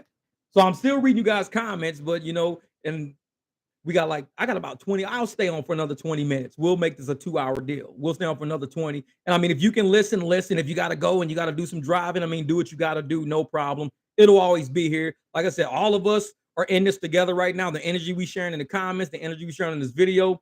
Once this shit posts to Facebook, is there forever for everybody to see, whoever comes to this channel. And they'll see actual drivers. Like, these ain't motherfucking trolls in the comments. These are actual people that drive, that have actual strategies in the markets they work in, and they're helping other families out. A lot of videos ain't nothing but a bunch of trolls and shit that ain't got shit else to do with their time. We don't have trolls on this channel. We don't. We have people willing to help other people, willing to give up strategies that might help you in your market. It might not help you in your market because I don't know your market. Some shit that I've seen in other markets, like when I hear about the California market, when everybody goes to the college campuses and do a lot of short rides real quick. I like that shit. I was doing long rides when I heard of that strategy. My long rides dried the fuck up. So guess what I did? I said, you know what? Let me try the short ride strategy because my long rides are drying up. Lux is kind of straggling me on and throttling me and screwing with me right now. So I went to the short ride strategy that I heard about the California market. It's working. I think it's working. It might not work forever, but it's working for now. And that's all I can do is just let it work for now. When the algorithm figures me out, it's kind of like I was telling somebody, it's kind of like predictive texting. Whenever you text something, the system figures out what you're going to say next because it's used to you saying certain things. It's used to you saying certain words to people. It's used to you lining up certain sentences. So it becomes predictive texting. I think Rideshare is the same way. This algorithm is predictive algorithm. So they kind of see what kind of rides you like. Even when Uber sends you a message, hey Jeff, we see you're not choosing what kind of rides. I mean, what's the deal? What's the problem? Because they're trying to predict what you're doing. These algorithms all want to be predictive. They want to be artificially intelligent enough to tell you what you're going to do. And they say, we're going to send you over here, Jeff. We're going to send you over there, Jeff. Oh, Jeff, you like those long rides, don't you? Yeah, I do, but I like them on Lux, not on Lyft. Now, the algorithm probably can't tell the difference between Lux and Lyft. All it says is, hey, he's got a high AR when it comes to driving. I do have a high AR with Lux, not with Lyft. So they were trying to send me all this crazy shit. It's all like predictive texting. If you keep showing them that you take bullshit, they're going to keep sending you bullshit. If you say, I like short rides, I like money, I like this, I like that, they're going to do two things. Either they're going to say, okay, keep giving them these short rides because we're doing pretty well with it and we're cleaning up, downtown area, getting everybody where they need to go. Or they're going to say he's making too much money in a short amount of time. And a lot of drivers see that shit, making too much money in a short amount of time. Get him out of there, get him away from downtown. So your next 6, 7 requests in a row all going to be away from downtown, away from downtown, away from downtown. So you've got to learn. This algorithm is learning you. It's trying to predict your moves and not only predict your moves, but create moves for you as if it knows who you are. Uh-oh, Frank. 3 worst rides and they were 3 in a row last week. Got 2 complaints out of 3 of them. Say I'm racist. My AR with Uber 30%. Frank, I don't know. Maybe you didn't hear what they didn't say you were racist. They say you were racing. I think you were racing all the cars on the fucking highway. You need to slow down, man.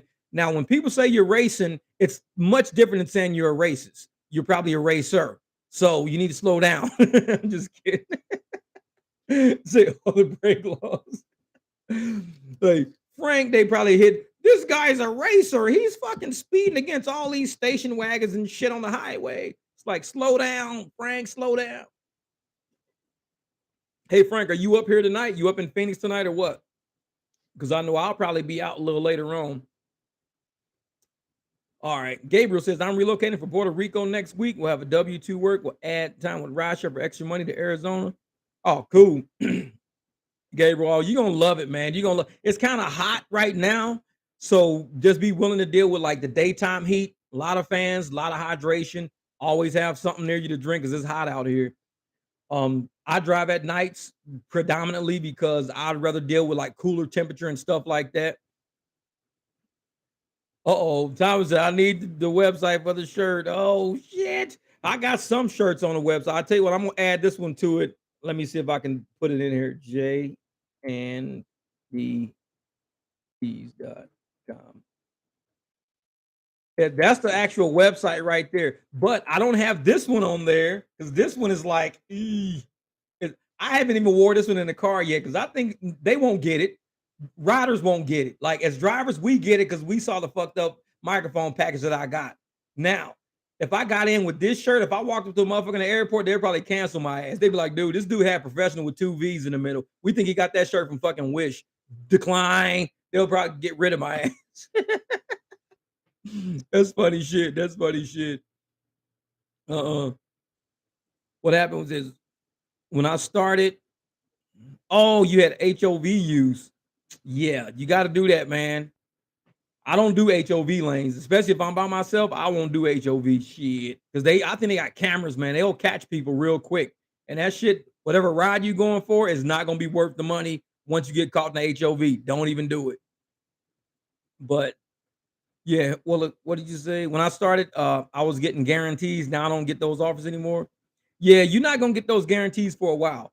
They only get that to sucker drivers in to make drivers think it's really good money because they be like, "Oh yeah, we're gonna guarantee you $3,200 for your first 2,200 rides," and you be like, "Oh cool, 200 rides, $3,200."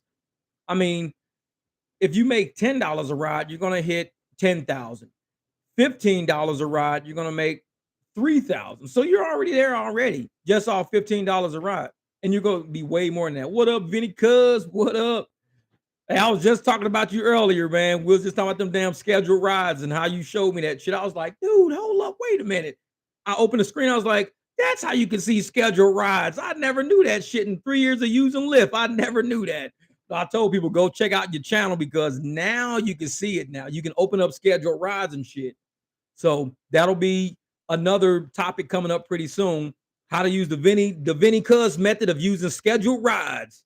It's like so you can do all the scheduled rides you want, then pivot to real short hops in between scheduled rides. You know, cherry pick the shit out of the area where you got the next scheduled ride at, so you don't leave that area, and kind of piece it together. Scheduled rides and cherry picking, scheduled rides, cherry picking.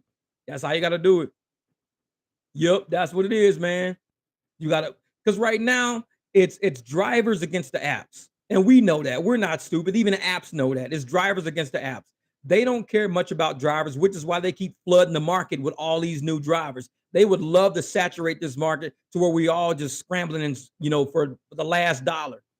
When you get smart and you have multiple tools in your box and you can go out and make that money on less rides, less time on the road, cherry picking, the apps are not going to win because they're making all their money off these drivers. Oh, I do 80 hours a week driving. I take every ride. My AR is 99.5%.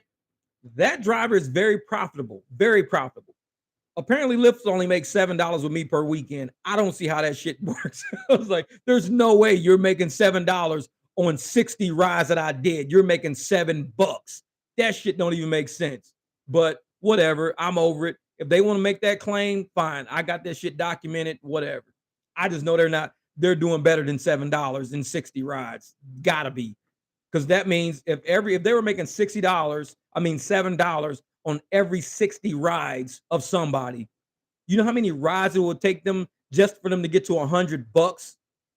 It's like, dude, you got to go at least times like not 20, but at least like 15. So 15 times 60, that's like what? 900 rides or something like that. So every 900 rides, they'll finally clear $100. There's no way they're making $100 every 900 rides. No way possible. So I don't know. That's what they said on that shit. I'm not even paying it no attention. I just kind of look right past it, like whatever. But yeah, Daniel says in Florida, if you don't have 40 hours online, you will not hit 1K a week.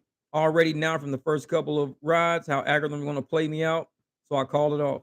Yep. But see, Daniel, that's because you got experience and you know. And that's how I feel. Sometimes when I'm out and I'm riding, I know within the first 30 minutes to an hour how my night is going to go. Because you know when they're screwing with you, you just feel it. You say, wait a minute, something's not right. And like the night I sat on that $20 surge, I said, I'm going to sit right next to this bar and I'm not going nowhere. I sat right next to Fat Tuesday till it closed at 2 o'clock, 2:15, 2:30, still no rides. And I saw two other Lyft drivers pull in there. I'm like, it was a Lyft driver and an Uber driver pull up in there. And I'm like, okay, 3 o'clock. I'm like, all right, I'm screwed. That's how they do you, man. That's how and you just got to learn to call it off. So I started driving towards home. I said, well, I'm gonna drive towards home, but I'm gonna cut through Scottsdale to see if they give me a airport run at 3 o'clock in the morning. I still had Lux on the whole time. Throttled me, throttled me. For damn near 3 hours, I was throttled. No rides, no Lux rides whatsoever. Still sitting on that $20 surge, not even an airport. So instead of going to Lux or going to Lyft and seeing if I can get to the airport, I just turned that shit off. I was that mad. I was that mad. I said, nope, because I see how it's going. So being an experienced driver, you already know when to cut it off just to keep your sanity, just so you don't freak the hell out and be mad as hell. You know, I'm cutting it off right now. I'm just going to play Spotify. I'm going to go grab me something from 7-Eleven, this and that. Get off the app. Just get off. Cut it off. Because if you don't, it's going to drive you up a wall because you already know the game already. And a lot of people, you know, they haven't gotten there yet. See, one with Earth said that Lip was Homer, Jeff was Bart getting choked. Exactly. Like, they was not, they didn't want to say, please don't have a cow, man. That was Lip. Don't have a cow, man. Like shit. Yeah, and that's what it is, man. That was a one with the Earth. You right. That was you. Adrian said, have you ever feared for your life doing Rideshare? No, I wouldn't say I fear for my life. I haven't really feared for my life. I think the energy you put out is the energy that gets sent back to you. So I think me making my riders feel safe, they in turn make me feel safe. I've been doing this shit for over 3 years. I've never tried to make nobody feel uncomfortable to where they had to call somebody. So when I showed up, they're gonna jump me or some shit like that. I've never, gave anybody the feeling. I even picked up people from jail. I mean, when I had the Jeep, I'll cruise down. You'll see somebody, oh, Shirley downtown. Shirley's, I got to go pick up Shirley real quick. Cool, let me go pick up Shirley. You get down there to pick up Shirley. It's not Shirley. This is a big old dude walking up out the jail. And it's like, okay, this must be big Shirley, motherfucker. This ain't just Shirley. So you see this motherfucker walking out and big old dude, yeah, man, I had to use my girl's account because, my phone dead. I just got out, this and that. And so a lot of people will freak out. I mean, you picking up a real big black dude in front of the jail under an account that says Shirley. But see, me, I tell people, man, I'm from the streets of St. Louis. I grew up in Memphis. If something's gonna happen, it's gonna happen. That's just how I roll. So I'll be like, whatever, man, let's go. Let me get you to home then. I guess Shirley's probably waiting on your ass. Let's roll. Let's go. Get in and we cruise. We have a great talk, a great chat, find out what the deal was with his whole charge and everything like that. Drop him off. Shit, tip on the account. Shirley's like, hey, thanks for picking up, man. Here's the tip. I just make people feel comfortable despite the fact that I'm picking them up in a situation that might make other people feel uncomfortable.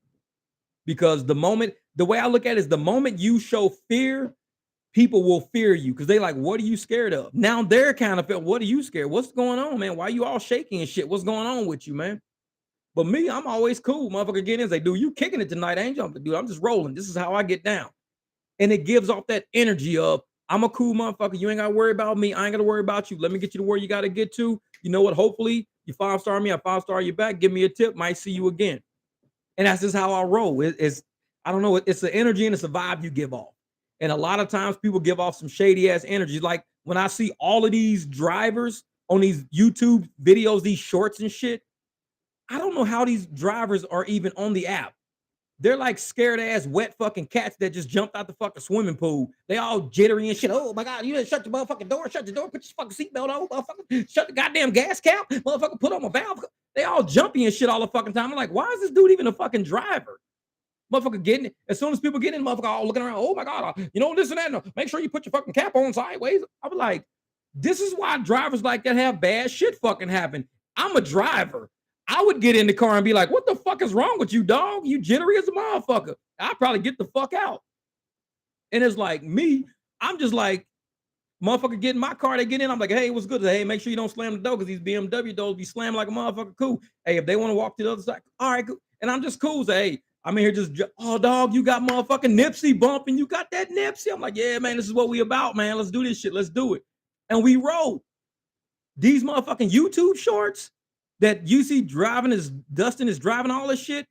These motherfuckers is like crackhead fucking drivers. I mean, make sure you don't touch motherfucking windows. Put on your seatbelt, goddammit. Wipe your fucking feet off on the carpet before you get in my car. I'll be like, who the fuck drives that goddamn jittery? And I'm like, you can't give somebody a comfortable ass feeling jumping in the fucking car like that. And half these motherfuckers got masks on. The whole pandemic, I didn't wear a mask, and I'm still alive. Here I am, motherfucker. Lyft is like, we're gonna ding you for not wearing a mask, motherfucker. But I didn't wear a mask the whole pandemic because I'm like, I already had COVID in December. A lot of us that live near international airports, we all had COVID because they were passing that shit all over the fucking planet. So we already had it in January. I was cool. I was coughing to fucking death, got that shit out of my system, was feeling a whole lot fucking better. I'm driving. Next thing you know, a few months later, everybody said, hey, they got this new virus out called fucking COVID. These are the symptoms. I was like, holy shit, I think I already had that. So what the fuck was I worried about? People jump in my car, dude. Is it cool if I don't wear a mask? I'm like, I don't give a fuck. If you don't wear a mask, I ain't got one on. Shit. All right, bet, cool, man. You cool as a motherfucker. And I prefer not to wear a mask because I want people to feel comfortable. And I don't like people wearing a mask because I'd rather feel comfortable. I don't like motherfucker with a mask jumping in my car because that's just kind of sketch. For one thing, I mean, I got antibodies and antigens. I'm not gonna get you fucking sick, motherfucker. I've already had it already. I got the windows down. If you already had it, then you cool. The mask is just covering you the fuck up, so I don't know who you are. So I preferred the no mask. So I felt better when motherfuckers didn't have a mask on. People walk up to my car, they be like, "Yeah, man, oh, dude, I left my mask in the house, bro." I'm like, "Dude, I ain't wearing no mask. Get the fuck on in. Let's roll." "Oh, bro, you cool as a motherfucker, man." I'm like, "Dude, I already had that shit. Let's roll, man." And that just made people feel comfortable. They saw I was real. I wasn't no corporate motherfucker. I've been corporate. I went, oh my God, if you don't have a fucking N95 mask on with a goddamn snorkel coming out the motherfucker side, rolling around, sniffing out the motherfucker sunroof with the goddamn snorkel and shit, you can't get in my car. Fuck all that, man. Let's roll. Let's go. We got some shit to do today. And that's how I make people feel comfortable because they know I'm not about that bullshit, man. I'm about this money. Let's get rolling. Let's do this shit. And a lot of drivers, you don't have a fucking mask on. I'm like, motherfucker, it don't even work. Shut the fuck up and drive. You a fucking medic, like you the fucking EMT. You need a mask on. See, who the fuck gave you a medical degree? You can't even check your fucking oil right. You ain't even on a level surface, motherfucker. You learn how to check your oil before you tell me to wear a mask. God damn. But that's just how it is, man. Some of these drivers, they just don't got it up here, man. These motherfuckers think they goddamn experts. I'm like, you are an expert at making this motherfucker go from park to reverse to neutral to drive. That's what you're an expert in. Let's get this shit going, baby. And that's what I do. I'm an expert at driving this fucking car. I tell people that I could drive the shit out this car, and I do, because I don't wreck this motherfucker nothing. I'll be out. Vinny said the snorkel. That's real shit, man. And that's the thing. Like one time I was at ASU picking this kid up. This kid said, I'm sorry, but do you mind if I ask you to wear a mask? I said, I could just cancel your ride and you can find somebody with one. And he was like, never mind. I said, yeah, never mind. Motherfucker, who the fuck are you to tell me to wear a mask? I paid 50 G's damn near for this fucking car after all the taxes and licenses and shit. And you gonna tell me to wear a fucking mask? Like you got a medical degree? Bitch, I already had COVID. Get the fuck in. I'm immune, natural immunity. It's a real fucking thing. It ain't some goddamn conspiracy theory. I got natural immunity. Get in, let's go. If you that damn scared you're gonna die, and you need to fucking either walk or find a motherfucker that's got a mask on when they pull up. Cause I'm not that one. I'm just not. Because I got common sense. And a lot of these motherfuckers didn't have common sense that whole time. And I think I made the most money during that time frame because I was a common sense ass driver. A lot of people I was picking up was like, dude, I'm not with that shit. I'm like, me neither, dog. Just let's go. Cool, let's go, man. Oh man, I made a mistake. I left my mask. Oh man, you got a spare mask? I'm like, dude, do it look like I'm wearing one? You ain't gonna report me, are you? I'm like, why the fuck would I report you when I'm not even wearing one? I'm like, dude, common sense, dog. For real. It's like that's just how it was sometimes, man. And that's like I was James said, he said with that southern accent. Oh no, man. But it was true though. Like I said, we're drivers out here making this money, doing what we can do to make money. And I make my riders feel comfortable because they don't know me. I don't know them. We only got, 10 minutes. Let's do this shit. We got 10 minutes. Let's roll, man. Let's roll. He said, you're gonna get a snorkel air intake for the Jeep. I'm gonna get a snorkel intake for the Jeep and put a mask on the front of that motherfucker and drive around with that bitch. Be like, I don't want no motherfucking COVID getting to my engine intake, giving my engine COVID. Put the snorkel on the front, put the mask on the front of the snorkel, god damn it. Then he said, F your mask, sincerely, the state of Florida. Yeah, exactly. Man, but see, and that's how I was though, man. And like I said, that's why I don't think I ever had a problem with a lot of drivers because a lot of riders, because when they walk up to my car, it's like whatever energy they coming with is the energy I'm bringing. it's a lot of motherfuckers get in wearing a mask. Like old people, they like wearing a mask, and that's cool. I ain't got no beef with that shit.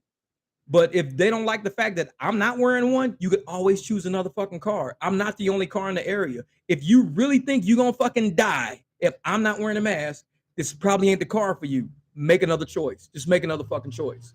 And save your life. Save your fucking life. Make another choice. Choose the next driver with mask on, with a motherfucking plastic separator, wrapped in motherfucking saran wrap in the car like a motherfucking mummy. Can't even reach the motherfucking steering wheel because he got so much saran wrap on his motherfucking ass. That's the motherfucking driver for you because he's really safe. He's trying not to catch fucking COVID. So he got saran wrap all over his motherfucking body and shit because he don't want to get sick and die. Me, I'm just like this. I'm like, whatever, man. If I catch that shit, I just catch that shit. Let's roll. Let's go. And I already caught it and that shit passed me up. I was good. But that's why I don't have problems with people. You're like, Jeff, you be having problems? Nope, no problems at all. Oh man. Yeah, exactly, Juan, man. You can see the sign of relief. You could be like, man, you know what? When people walk up to the car and they see that you're not wearing one and you got the windows down, the sunroof open, this and that, they be happy as a motherfucker. They be like, dude, finally, a real motherfucker. Like, yeah, man, I'm real. You already had that shit. Then when after the funny shit, after the shots came out and everybody was having a shot, everybody was like, they would walk up to the car. Hey, I already had my shots already. I was like, well, that's your fucking problem, not mine. What the fuck you looking at me for? I already had my shots already. Motherfucker, that's on you. Shit, let's give you a ride. I mean, it don't matter to me. Because if you feel that shit's protecting you, then you good. I'm good, motherfucker. I'm good. Pure bloods unite. Yeah. He said COVID intake. Shit, pay me to wear that mask. That's funny shit. That's funny shit. Michael's funny. Hey, that's what it is, man. That's what it is. And you know what? And I did a video that I had on my what was his name? Rumble. Yeah, it was a hard. I didn't even put that shit on YouTube. YouTube would have probably fucking banned my account. So, but it's real though. It's a real video. You know what I'm saying? It's like you got to look out for you. We know that there are powers at play on this fucking planet that don't even care about you. It ain't even about the apps not caring about you. We know the apps don't give a fuck about us. We know it. But we also know half these government people don't give a fuck about us. We know that shit. So it's no big deal. You just gotta have it in you to know what's good for you and be willing to suffer the consequences of the decision you make. And that's what I do. I'm like, you know what? I'm gonna make a decision for me. And hopefully I'll live to see, next year or the year after that or the year after that. And here we all are. Here we all are. I mean, you go to websites like, Jab Injuries Australia or Jab Injuries USA. You go to those websites and I feel bad. I mean, it's sad looking at pictures of people that look like me. They all happy and having fun and this and that. And like, whoa, they was good and all this shit and all this. And the next picture is them in a hospital, fucking 60 pounds less, hooked to 80 fucking tubes. They ain't been in a job. They done lost their house and their car and everything. And it's like, what happened? 2 shots deep. That shit, man. That shit's sad. Yeah. That's my page, Uber Jeep AZ, Thomas. That's it, Uber Jeep AZ. So you'll see a lot of the videos migrate from Rumble over to there. But the one, the harsh video, the one about, I call it a vaccine remorse. I think that's what I call it, vaccine remorse or vaccination remorse. I don't know what it is, but it's a really hard video. It's a hard, even me watching that video, it's kind of hard for me to watch the motherfucker because I made it. But people got to understand, when I make most of my videos, even when I'm just chatting or just talking, that's me. There ain't no fucking script. That's just me right off the fucking dome. And that's how I feel at that point in history, at that point in time. That's how I feel. So when I go back and I look at how I felt making that video, the passion I made in that video, the way I spoke in that video, that shit's hard for me to watch. It's because I'm not that mean. I'm not a mean fucking person. Like I said, I made a video last week about a drunk passenger I had in my car, and Lyft gave me $5. But I made a video about a passenger I had, and it was just a screenshot of a video. I haven't even posted it yet. I haven't posted it yet because I made that video as soon as the person got out of the car and I had to go around the corner and do that shit. I didn't even post the video because I know me. That video that I made last week was raw. That shit was me. That was my emotions. That was a motherfucker got to me last week. And I don't want to radiate that because there's so much more shit we can do with this channel. You know, we can make money, we could do this, we could do that. It's enough negative shit on the fucking internet. It's enough clickbait, motherfucking, hey, come look at these mad ass drivers cuss out passenger shit. We got enough of that on the internet. And it ain't doing nobody no good. And that's cool if people want to post that shit, post that shit. But sometimes when I do like record me in an instant, I go back and look at that instant and I go, holy shit, man, this is, let me not post that. Because it's like I said, I just keep it real. I keep it real. And it's recorded because one day I may have the courage to post it. I didn't delete it. No, I didn't. I still got the video. I didn't delete it. I may have the courage to post it. My one on Rumble is posted. It's there. It's on Rumble. That motherfucker ain't coming down. But the one that I got in my phone about me discussing the issue with the passenger I had, you know, he was a drunk guy. That one, I may post it one day, but it's gonna take a lot in me to post that because I ain't got no beef with Lyft. I ain't got no beef with Uber. I don't even have beef with passengers. But at that moment in time, oh, I was hot. I was hot. I was hot. And I was screen recording and I was talking about what I was typing to Lyft at because what I typed to Lyft is on the screen recording, the shit that I typed and sent to Lyft. And I'm talking as I type and I'm doing this shit. And I was pretty harsh just in me discussing what was going on after I typed and before I typed. But what I typed to Lyft was just normal shit, business shit. But what I said was like, man, motherfuckers be like, I don't want to get in the car with this dude. And it's not even like that. I'm not even like that. You know, I'm cool as a motherfucker, but some people will push your buttons to see how far they can get with you because they don't even know who you are. They think, oh, this dude is nice. This motherfucker playing Bad Bunny and shit, riding around in a nice, clean ass fucking car, smelling like cologne and shit. Motherfucker all nice. He ain't hard. This motherfucker ain't hard. I can fuck with him. Okay.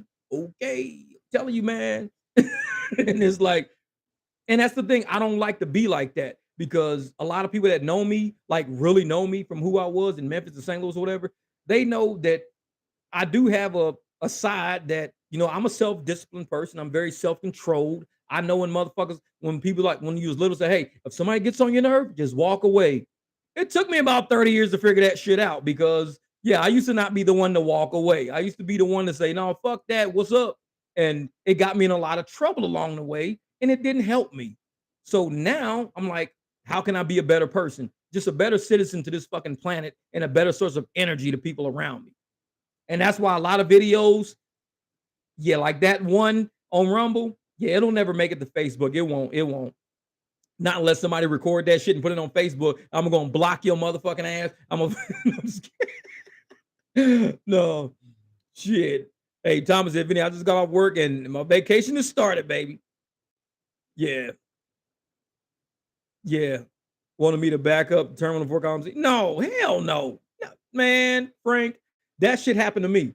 You saw that shit when I was at Terminal 3 one time and the dude was behind me and he was telling me to go all the fucking way around. I said, dude, I'm like 100 yards, like not even like 100 feet. I'm like at Terminal 3 where you at. I'm like 100 feet. You at door like 3. I'm at door like 2. Just walk to the next fucking door. My trunk will be there wide the fuck open. He was like, and he's just like, well, we're at this door. I said, I'm at this door. Can you walk up? We're standing right here. Cancel. Fucking took my ass to the fucking holding lot. I got that shit on video. I put that video out there, man, because I don't like that shit. Like I said, I'm an easygoing person. I'm a very common sense person. What sense would it make for me to drive all the fucking way around the airport, all the way back past Terminal 3, Terminal 4, all the way back to Terminal 3 again, just to pick this motherfucker up that's like 100 yards? Because I was dropping somebody off. And when I dropped him off, his ride came through and he was right behind me. I said, hey, dude, I'm right behind you, or I'm right in front of you. I just dropped somebody off. Dude wanted me to drive all the fucking way around. I was like, dude, I'm not your driver, dog. No, I'm cool on that shit. I'm like, I'm good. What up? No bail up in the house. Yeah, you right. Their Uber's like a casino. You have the impression you are winning, but in the long run, you lose if you don't pay attention. Damn straight. You lose, man. And the part you pay attention is when you decide to do that pivot. That's when you realize you paying attention. The moment you choose to do something different because you feel like you losing grip, you slipping, now you start to pay attention. Because like I said, You at the table, you playing blackjack, and you're like, oh man, I'm winning, I'm winning. All of a sudden, you lose a hand, you lose another hand, you lose another hand. If you keep losing hands and everything you just won, you're gonna give back. So you got to get the fuck up. You got to say, you know what? I've lost 3 hands in a row. I'm gonna leave while I'm up. And that's how Uber is sometimes. Excuse me, turn that fucking app off. Go to a new tier. Decide to do delivery. Say, you know what? I'm gonna do Uber Eats for a while. Say, I think I'm done with the driving for a minute. Let me just do Uber Eats for a while. And then you start winning with Uber Eats. And when you start losing with Uber Eats, you start getting bad shit. You say, oh, let me go to Lyft. All right, do Lyft for it. Let me go to Lyft. I mean, it's a casino. Choose what table you want to be at. Man, Frank, forget that. Forget that, man. People are nuts, man. They're nuts. And I sit there and tell people, we got to fight through all of this traffic, risking wrecking our car because not everybody at the airport are Uber drivers. Some people have never been to that airport. They're either in rental cars. Some people, this is their first time in the airport in 4 years because a friend from college visited them and shit. Not everybody is used to that. They'll be acting like they're going to Terminal 4 and they'll head upstairs and they'll hurry up and break at the last minute. Damn near hit the divider and the median. Some people will be on the wrong side and shit. Not everybody knows airport.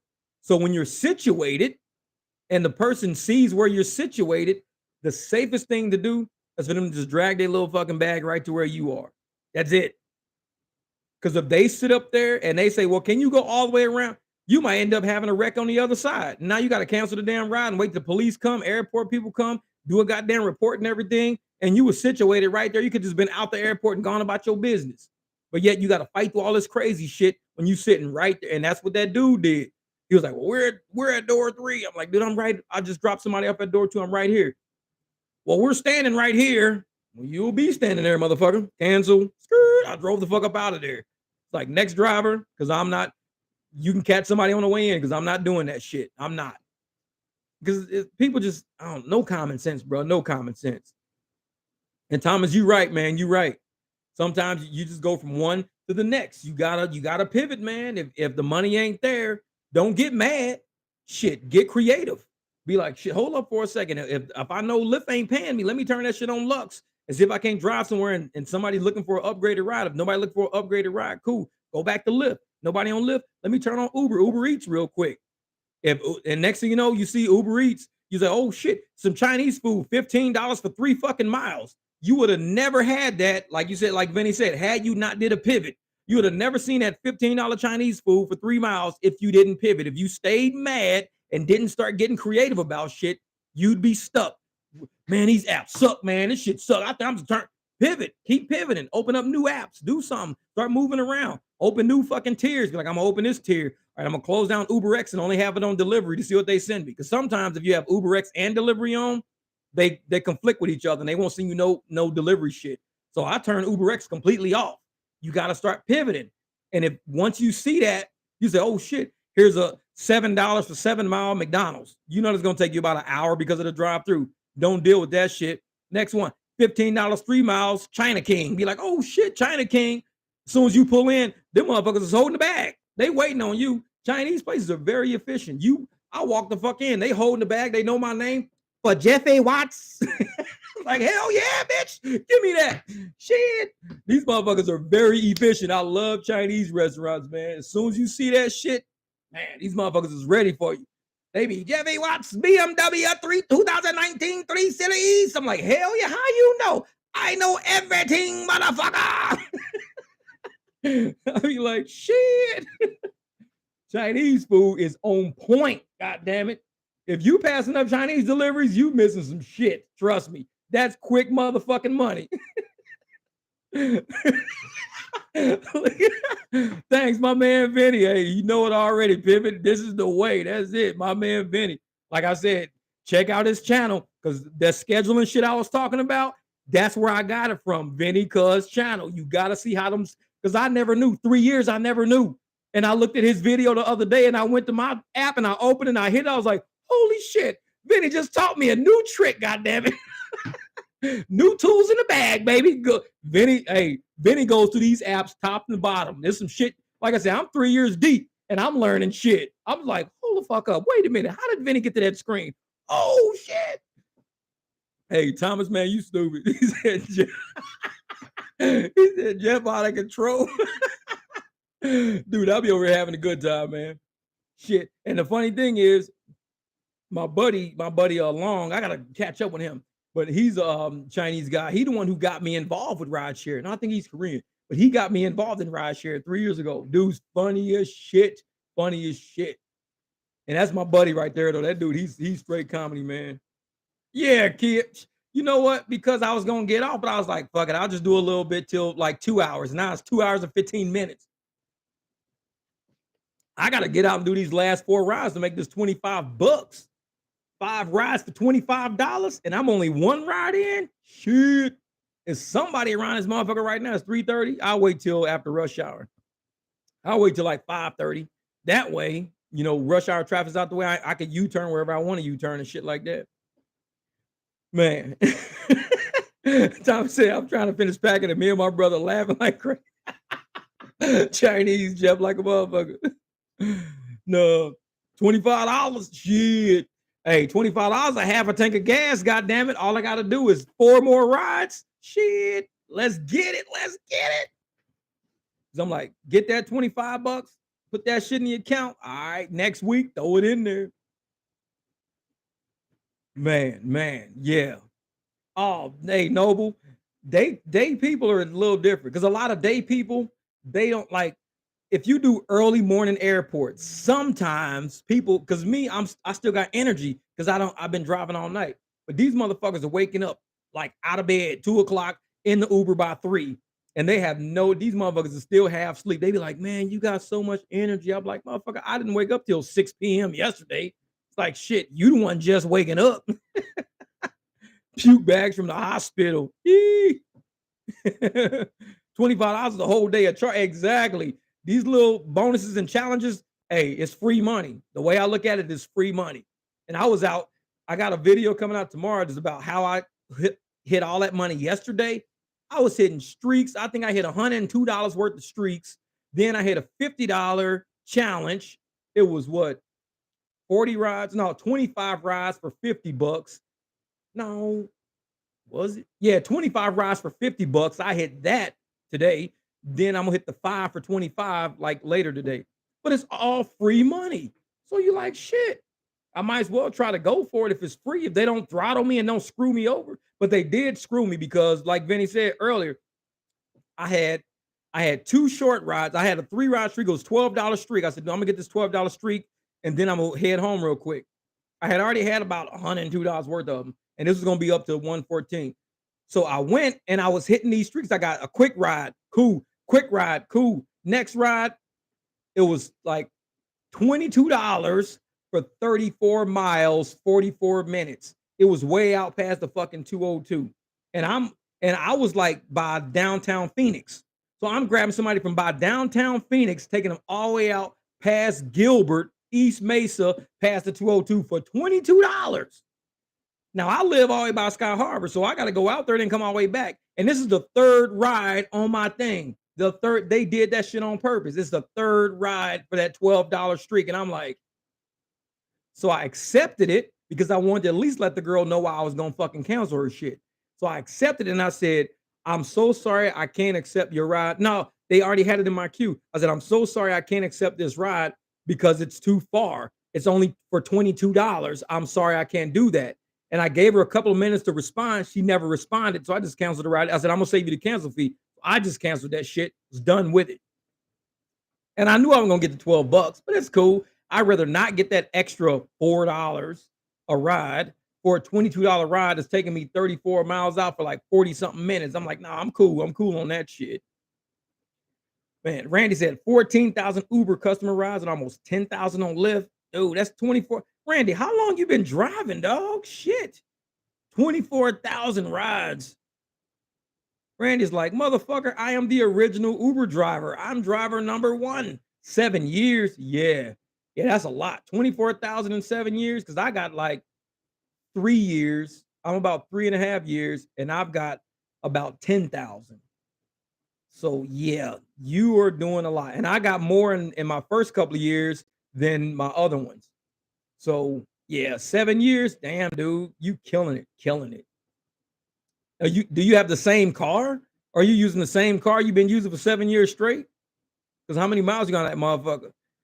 842,000 miles on the same set of tires. Those motherfuckers is bald. I'm sliding around. It's like, dude, you ain't changed your motherfucking tires? Nope, can't afford it, motherfucker. I drive a Uber 7 years on the same set of fucking bald ass tires.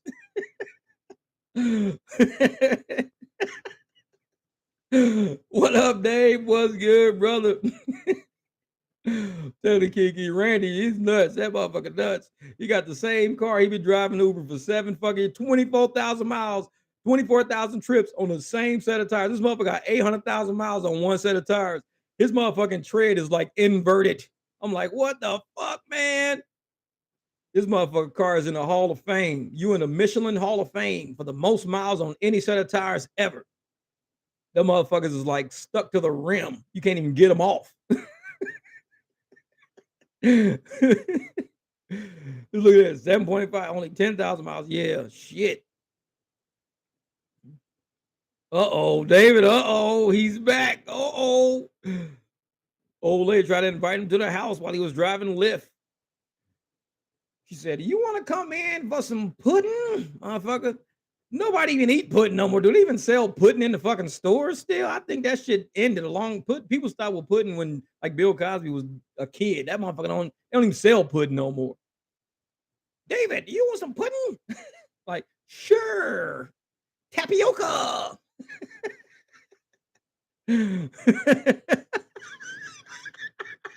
Banana pudding. He said, motherfucker, banana pudding. She looked like he said, like if you took your spacesuit off in space. I ain't never heard no shit like that. He said, motherfucker said like she took her spacesuit off. Dude, that shit is nuts. That shit is nuts. Not just took your spacesuit off. No, you gotta take that motherfucker off in space. You took your spacesuit off in space, goddammit. You was a motherfucking light year away with that shit on. Zero gravity. That shit's stupid. That shit is straight stupid. She had a SpongeBob. That's funny shit. That's funny shit. Fuck said no gravity. No gravity. She was fucking walking back to the house like this, floating like a motherfucker. David! Tapioca pudding, motherfucker. She was straight fucking levitating.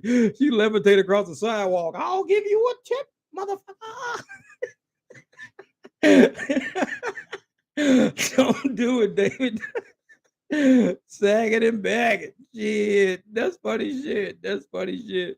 Man, hey Dave, you get out there and get that money, man. Go get that tapioca pudding, brother. Get that shit. Tomorrow I'm gonna see you on a tapioca pudding commercial. Be like, this is David with Uber. Get your tapioca. Shit. Thomas, man, this dude is a trip, man. David is a trip. That ain't even me, man. That's him and Kiki talking about some fucking zero gravity and shit, man. They nuts. These people be straight. These are the people that Uber and Lyft hire. Trust me, these are the fucking people right here. This shit's fucking. I'm like, why don't they have like a Uber and Lyft reality show? This shit would be fucking gold, man. It's so many funny ass drivers out there. And we sitting here arguing over fucking $3 rides, and these motherfuckers are hilarious. Dude, we would make a killing. We should be like TLC, the learning channel. We should be like on TLC or something like that, like Uber drivers. Man, because all this shit, man, the funny stuff about the Uber drivers arguing and fighting and all that in the car, Pat, that's nothing.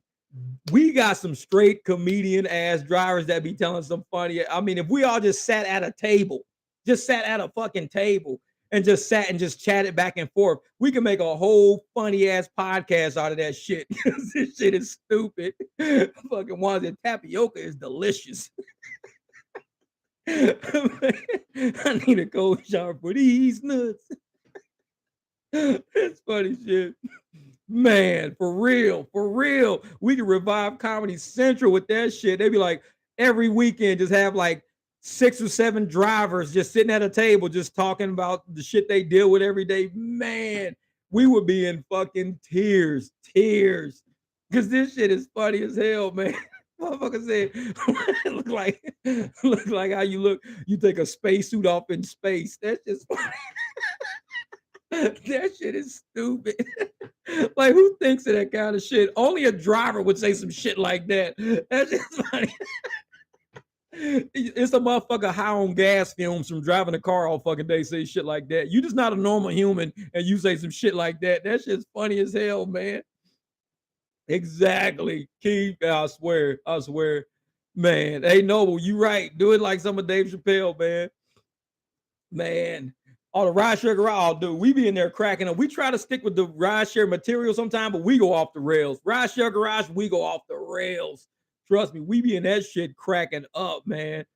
And what we're thinking about doing with the rideshare garage is we're gonna start taking some of the clips out of it, like the funny shit, some of the shit that we be doing, and we're gonna make a whole montage of it, and we're gonna have it in certain parts, like part 1, part 2, part 3, and we're gonna share it on each other's pages.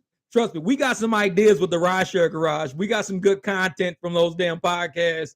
But man, some of that shit on there is funny. You right, Noble. You right. We already got some stuff going on with that. We already got, Vinny's been downloading some of the stuff. We've been looking at some of it. So we gotta get that shit laid out. My laptop, I got enough space on it, so I gotta download a few of the videos, and we're gonna start linking all this shit together. So we got some funny skits coming. We got some, and we probably narrate them. So what I want to do is kind of narrate to kind of bring people up to speed about what the clip is about, and then go into the fucking clip. And like I said, if we just do that, so people can really see what the rideshare garage is. I mean, we get down to business, but we have fun though. We kick it, man.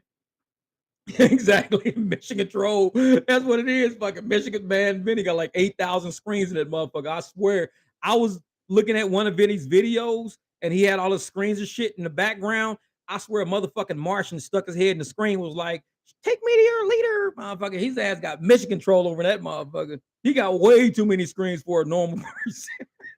I was like, Vinny, what are you trying to see, man? This motherfucker see everything. It's like, shit. He's like, motherfucker, I got Cartoon Network on one and I got NASA Space Station on the other one. There ain't shit I don't see. It's like, damn, this motherfucker. And one screen just says the future. That motherfucker see the future on running the motherfucker screen. It's like, what's that screen about? That's the future, motherfucker. I can see the future. It's like, shit. Vinny don't play. That motherfucker got enough screens over there. Shit. Like, if you want to know, like, I think anybody who need to have a motherfucking gender reveal, just call Vinny. Be like, Vinny, pull up one of them screens, man. We having a boy or a girl. Motherfucker, Vinny see every fucking thing. He'll tell you, what's your baby name? All right, cool. Motherfucker, you having a dick. All right, bet. That motherfucker, he got gender reveal screens in that motherfucker. Vinny got all screens. Shit, hey, I told you we got Vinny Cinemas. Vinny Cinemas, man. Shit. I told you we got Vinny Cinemas. He got more screens than Cinemax in that motherfucker. I was like, shit. Man. Hey, dude, Noble, we doing it, man. We just got to get it together, man. We got to get it together. We got to get all the clips that we want from the different lives that we've done. Because I'm gonna start from some of the original ones and probably get a few of those together. But we're gonna put like I said, about 5 or 6 of them together where we link all the videos up, and it's gonna be like 6 parts, but each one's gonna be about 8 minutes of just like the funniest shit we can find inside of each live or whatever. And it's like I said, it's just be the funny shit we be talking about. It's got to do with rideshare, but it just be off the rails, man. Shit be off the, and like I said, it's perfect for like Dave Chappelle level skit shit. Just kind of narrate it for people. Be like, hey man, hey, yeah, all those years of the Abrams thing. Yeah, exactly. Vinny, he used to that shit, man. That motherfucker got so many screens over there. I'm like, damn. Yeah. You're right. The next few weeks, while it's slower, the garage will be bumping out our best moments. We're bringing the heat. Get ready, y'all. It's gonna, like I said, you will find part 1 will be on one of our channels. Part 2 will be on another one of our channels. Part 3 will be on another. So you got to link the parts together on each channel to kind of follow the narrative of what it is. Because like I said, the shit's gonna be funny as hell. And when you see part 3, it'll say something like part 1 of 6, part 3 of 6, part 5 of 6. So you'll see, okay, it's 6 total parts of this video, but you just got to go to the channels to find out which part is on there. And I mean, it's gonna be some funny shit. Funny shit. We got some funny videos coming. Trust me, the Rideshare, we do work in the background. We don't just do Rideshare Garage shit Wednesday night. We in the background building up this channel, building up our podcast, so we got some material for people. Because like I said, if you want to play it for passengers, man, your passengers will be laughing. Trust me. They're gonna be like, these are not the people you really deal with. Yeah, these are my friends. They're like, motherfucker, cancel my ride. Let me out right here. These cannot be your friends. It's like, but no, it'd be funny as hell though. It'd be funny as hell. So you're gonna probably get, passengers in there going, oh my God, these people are hilarious. These are really drivers for real. They're hilarious. Like, yeah, these is real drivers. It's like, man, these guys need a show. They're stupid.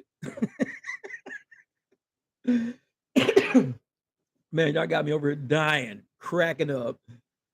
Yeah, but see, David, man, we got to find a way to get David in, because David, this dude, he's always got some off the wall shit to say, man. Because he be hitting up, like, he be dropping people off at strip clubs, picking up people at strip clubs. The shit he be coming up with, man.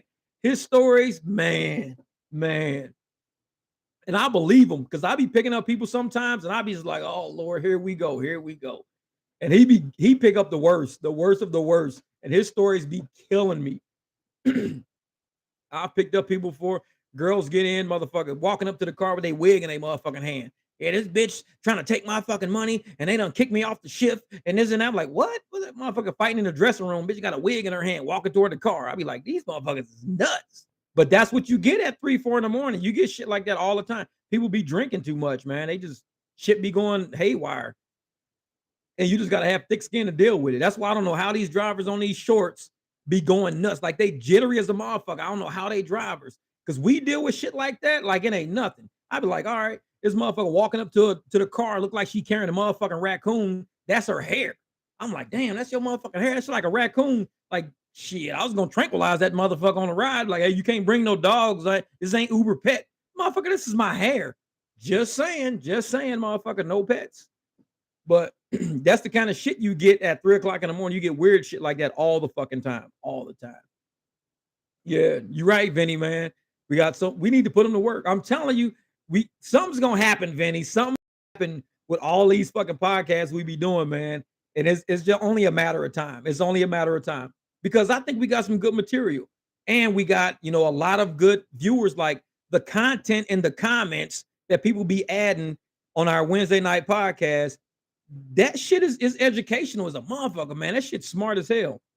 Because like I said, I learned about short rides listening to all the drivers like Kush and all them guys from California. I listened to them, and I was like, oh, hell yeah, let's try that shit. Let's try it. Let's see what we can do.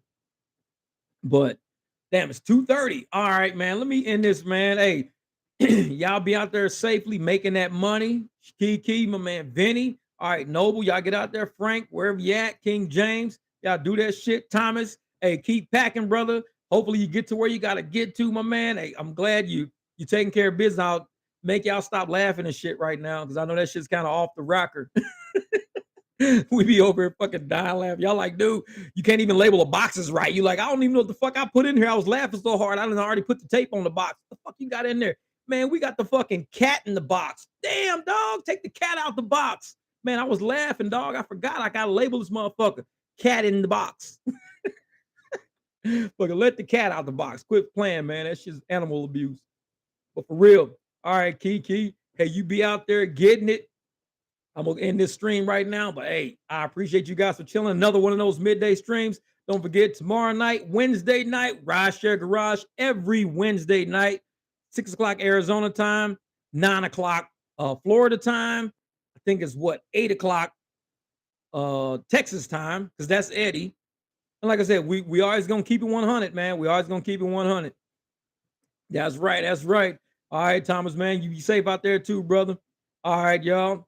Hey, King James, get that money, brother. Hey, I might see you later on, man. So like I said, I'm finna go in here, eat, rest up a little bit, get out and knock out these 4 rides. If shit's going good, I'll keep driving, because you know me. That money is what it is. All right, y'all. I'm out.